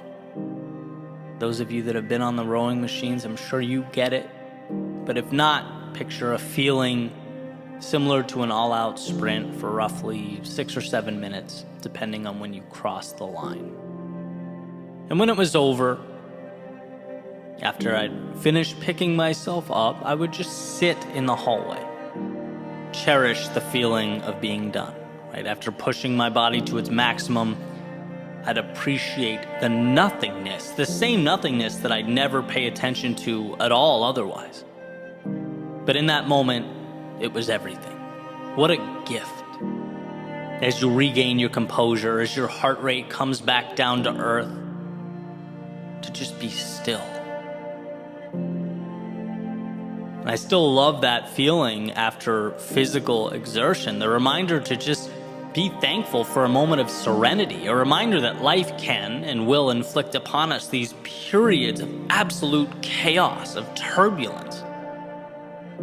And often they're very necessary. They harden us, they shape us, but they also remind us to appreciate their absence. Same thing goes, and a lot of you, I'm sure, will be able to relate to this, for something like a headache or a migraine. When they come and go in my life, it's like the second a brutal headache dissipates, that nothingness is the greatest gift I could ever imagine. The absence of pain, infinitely more valuable than any tangible acquisition. And I think in those moments, we get a glimpse of the world in its purest, simplest form, where all the nuance and detail we worry about doesn't matter much. Because look at what we have. Look how much surrounds us when we position ourselves to notice, when we simply pay attention. Tolstoy said, "If then I were asked for the most important advice I could give, that which I consider to be the most useful to the men of our century, I should simply say, In the name of God, stop a moment. Cease your work. Look around you. An incredible reminder to never forget where we are or what we were given. To remember that by breathing in the air around us, we have, in a sense, already won. And I love this because for a brief moment in time, it swings that pendulum to the nothing matters side of life. When you're living a miracle, why sweat the small stuff? And I can ask myself, why do I get so worked up? It's no big deal. Why not take the risk? What's the worst case? That I fail and have to backtrack as a now more informed and knowledgeable person? Why not stand in the face of my fears? The upside is consistently enticing. It consistently rewards. Look around and see what life has provided. How dare we waste it? And with that said, I'd also be remiss not to include this little caveat. I'm careful with the words "nothing matters." Because even though in the context I've been using it for years, it's a positive, empowering thing. It's my reminder to push boundaries. I could also see how it begs the question, well, if nothing matters, why should I care? And so let's reframe. Because it's not that nothing matters, it's that nothing outside the scope of your worldview matters. It's the acquisition of freedom, addition by the subtraction of all those externalities we let hold us back. Because you know as well as I do, it's not really the externalities that shackle you. It's your thoughts about them. So open the gate to your mind, let the detrimental out, and keep the necessary and the ideal in. Nothing matters if it doesn't align with your values and your destination. I know I say in every video, speech, podcast episode that we are the authors of our own stories. And it's because we craft our nothings and our everythings. It's because your universe, the one behind your eyes, it needs a maker every morning. And if you allow it, each sunrise can be your genesis, your own beautiful creation story. You have your hand on the dial. And so, amidst this world of infinite beauty and opportunity, look around you, soak it all in, ask yourself, what does freedom look like, feel like? Because you were put here to pursue that. And outside of those parameters, I believe that nothing matters. So why not live like it? Dream like it. Use the little thing in front of you to build the big things that have not yet arrived. Walk away when it's misaligned and go all in when you know in your soul it's right. There is everything to gain and nothing to lose.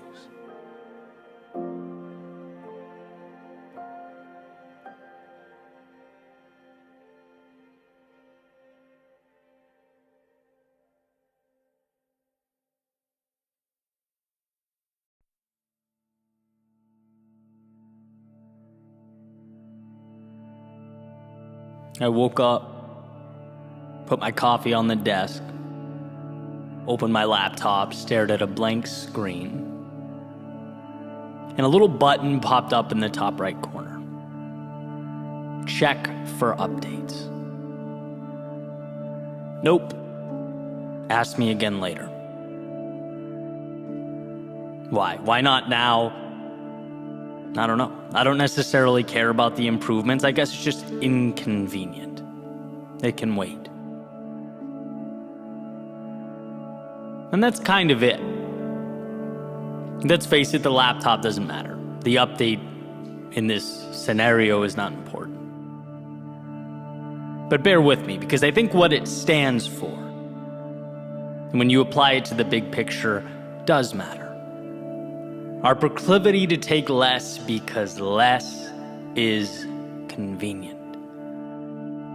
Our predisposition to sell ourselves short because it's safer to leave so much of ourselves on the shelf. Because, well, things don't break when they're on the shelf. But you can't be both flawless and live your life. Because life comes with wear and tear. The value is the experience. And a flawless existence is void of experience, of stories, of adventure. There's a little parable about two seeds being planted. And one of them just wants to grow, wants to feel what the sun is like, wants to see how high she can get, experience the breeze, the cool air. And so she grew. And sure, she dealt with hard days. She had her difficult times, but ultimately grew to live her best life. The other seed worried. Worried about leaving her home, the world that was the ground around her, worried about damaging her roots, worried about what could be waiting for her in the dark, about the sun being too hot and the breeze too strong, and ultimately stayed right where she was, playing it safe until one morning a chicken came wandering by and ate the seed off the ground. And see, this spells out a few things. One, we can at any moment decide to step into that next level, evolve into that next chapter. But also, not doing so comes with a cost. Sometimes a hidden cost. There's a tendency to think that preserving the status quo, because it's safe, is valuable. But understand something, you are not a collector's item. You weren't made for preservation, you were made for growth. To expand, to reach out towards the heavens and feel that sun, that breeze. And sure, upgrading means vulnerability. It means accepting that the unknown is bigger than you, but also contains within it everything you need. Whether it was people, things, money, resources, I used to think like that seed, right? How can I hold on to what I have? Contain, play small. I can't lose this. I've come too far. I've worked too hard. What if everything goes wrong? I can't upgrade now. Maybe later. Maybe someday when the time is right. When it won't hurt or require that I step outside of this little world I've created. But guess what? Growth always asks of us that we leave the comfort of now. It always offers us the world in exchange for the courage to see the unseen and trust ourselves to bring it to life. And when I realized this, I saw how the act of trying to perpetually maintain the status quo is debilitating. It's looking at life through a lens of scarcity. It's only when you start to grasp how abundant life is that you realize by simply stepping into that person you are destined to be, you'll attract what matters. Some things will go, and you'll leave them behind. But those things no longer serve you. They played their part, they added their value, and are now merely stepping stones as you move to something greater, and that's just it. Sometimes living means wishing you did things differently, looking back and acknowledging that you need to be better. Sometimes living means losing the wrong people in your life to make space for the right ones. Sometimes it means spending days, months, even years wandering down the wrong path so that you can get a glimpse, so that you can realize what the right path looks like.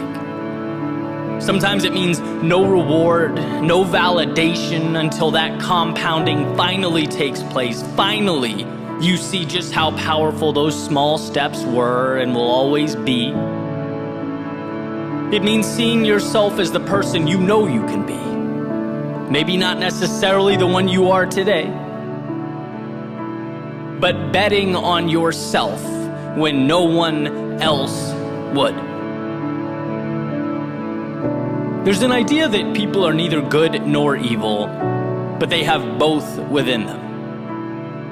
They choose through their day-to-day action how they'll live, who they'll be. And sure, this is a tad oversimplified, but I think the duality is useful, right? Because in a different context, for everything that occurs in your life, you can find a reason to celebrate or a reason to grieve, a reason to grow or a reason to hide. It all comes down to what one chooses to see, how they choose to look at the world. I'll never forget when Peterson talked about curtains, right? With tears or holes in them, same world on the other side. But the opening that you choose to look through paints an entirely different picture, right? Contributes to an entirely different understanding. And look, I'm a pragmatist, I just am. I'd never ask people to close their eyes and pretend everything's perfect, to wander down the path before you expecting everything to be easy. No, but what I am saying is that the path before you is where you'll uncover the meaning in life, and meaning requires that we are from time to time uncomfortable. To go where we most want to go, we must leave something behind. And the reality is that while it's scary, while it can be alarming and even painful, it is always worth it. That what's on the other side is what makes life worth living. I want you to know that you don't need to be walking into the same rooms, talking to the same people, doing the same things. No, not if you've outgrown that reality. Not if you're ready for the next chapter. So let's make a pact to view life not as an obligation, but as an opportunity. Something challenging but beautiful, mysterious but plentiful. Let's view the challenges along the way not as something going wrong or some kind of alarm, but rather an indication that you are doing something right. That you're stepping into the controlled chaos of your day-to-day, finding the courage to meet new people, try new things, take risks, evolve. This is what life is about. And if you can find it within yourself to see it that way, to be grateful for the discomfort that makes its way in and out of our lives, you'll know that you are evolving, reaching towards that sky. Because the danger, as far as I'm concerned, is never what happens along the way. It's what doesn't happen, because we never let ourselves accept what the world had to offer. And so on that note, I think today is the perfect day to upgrade.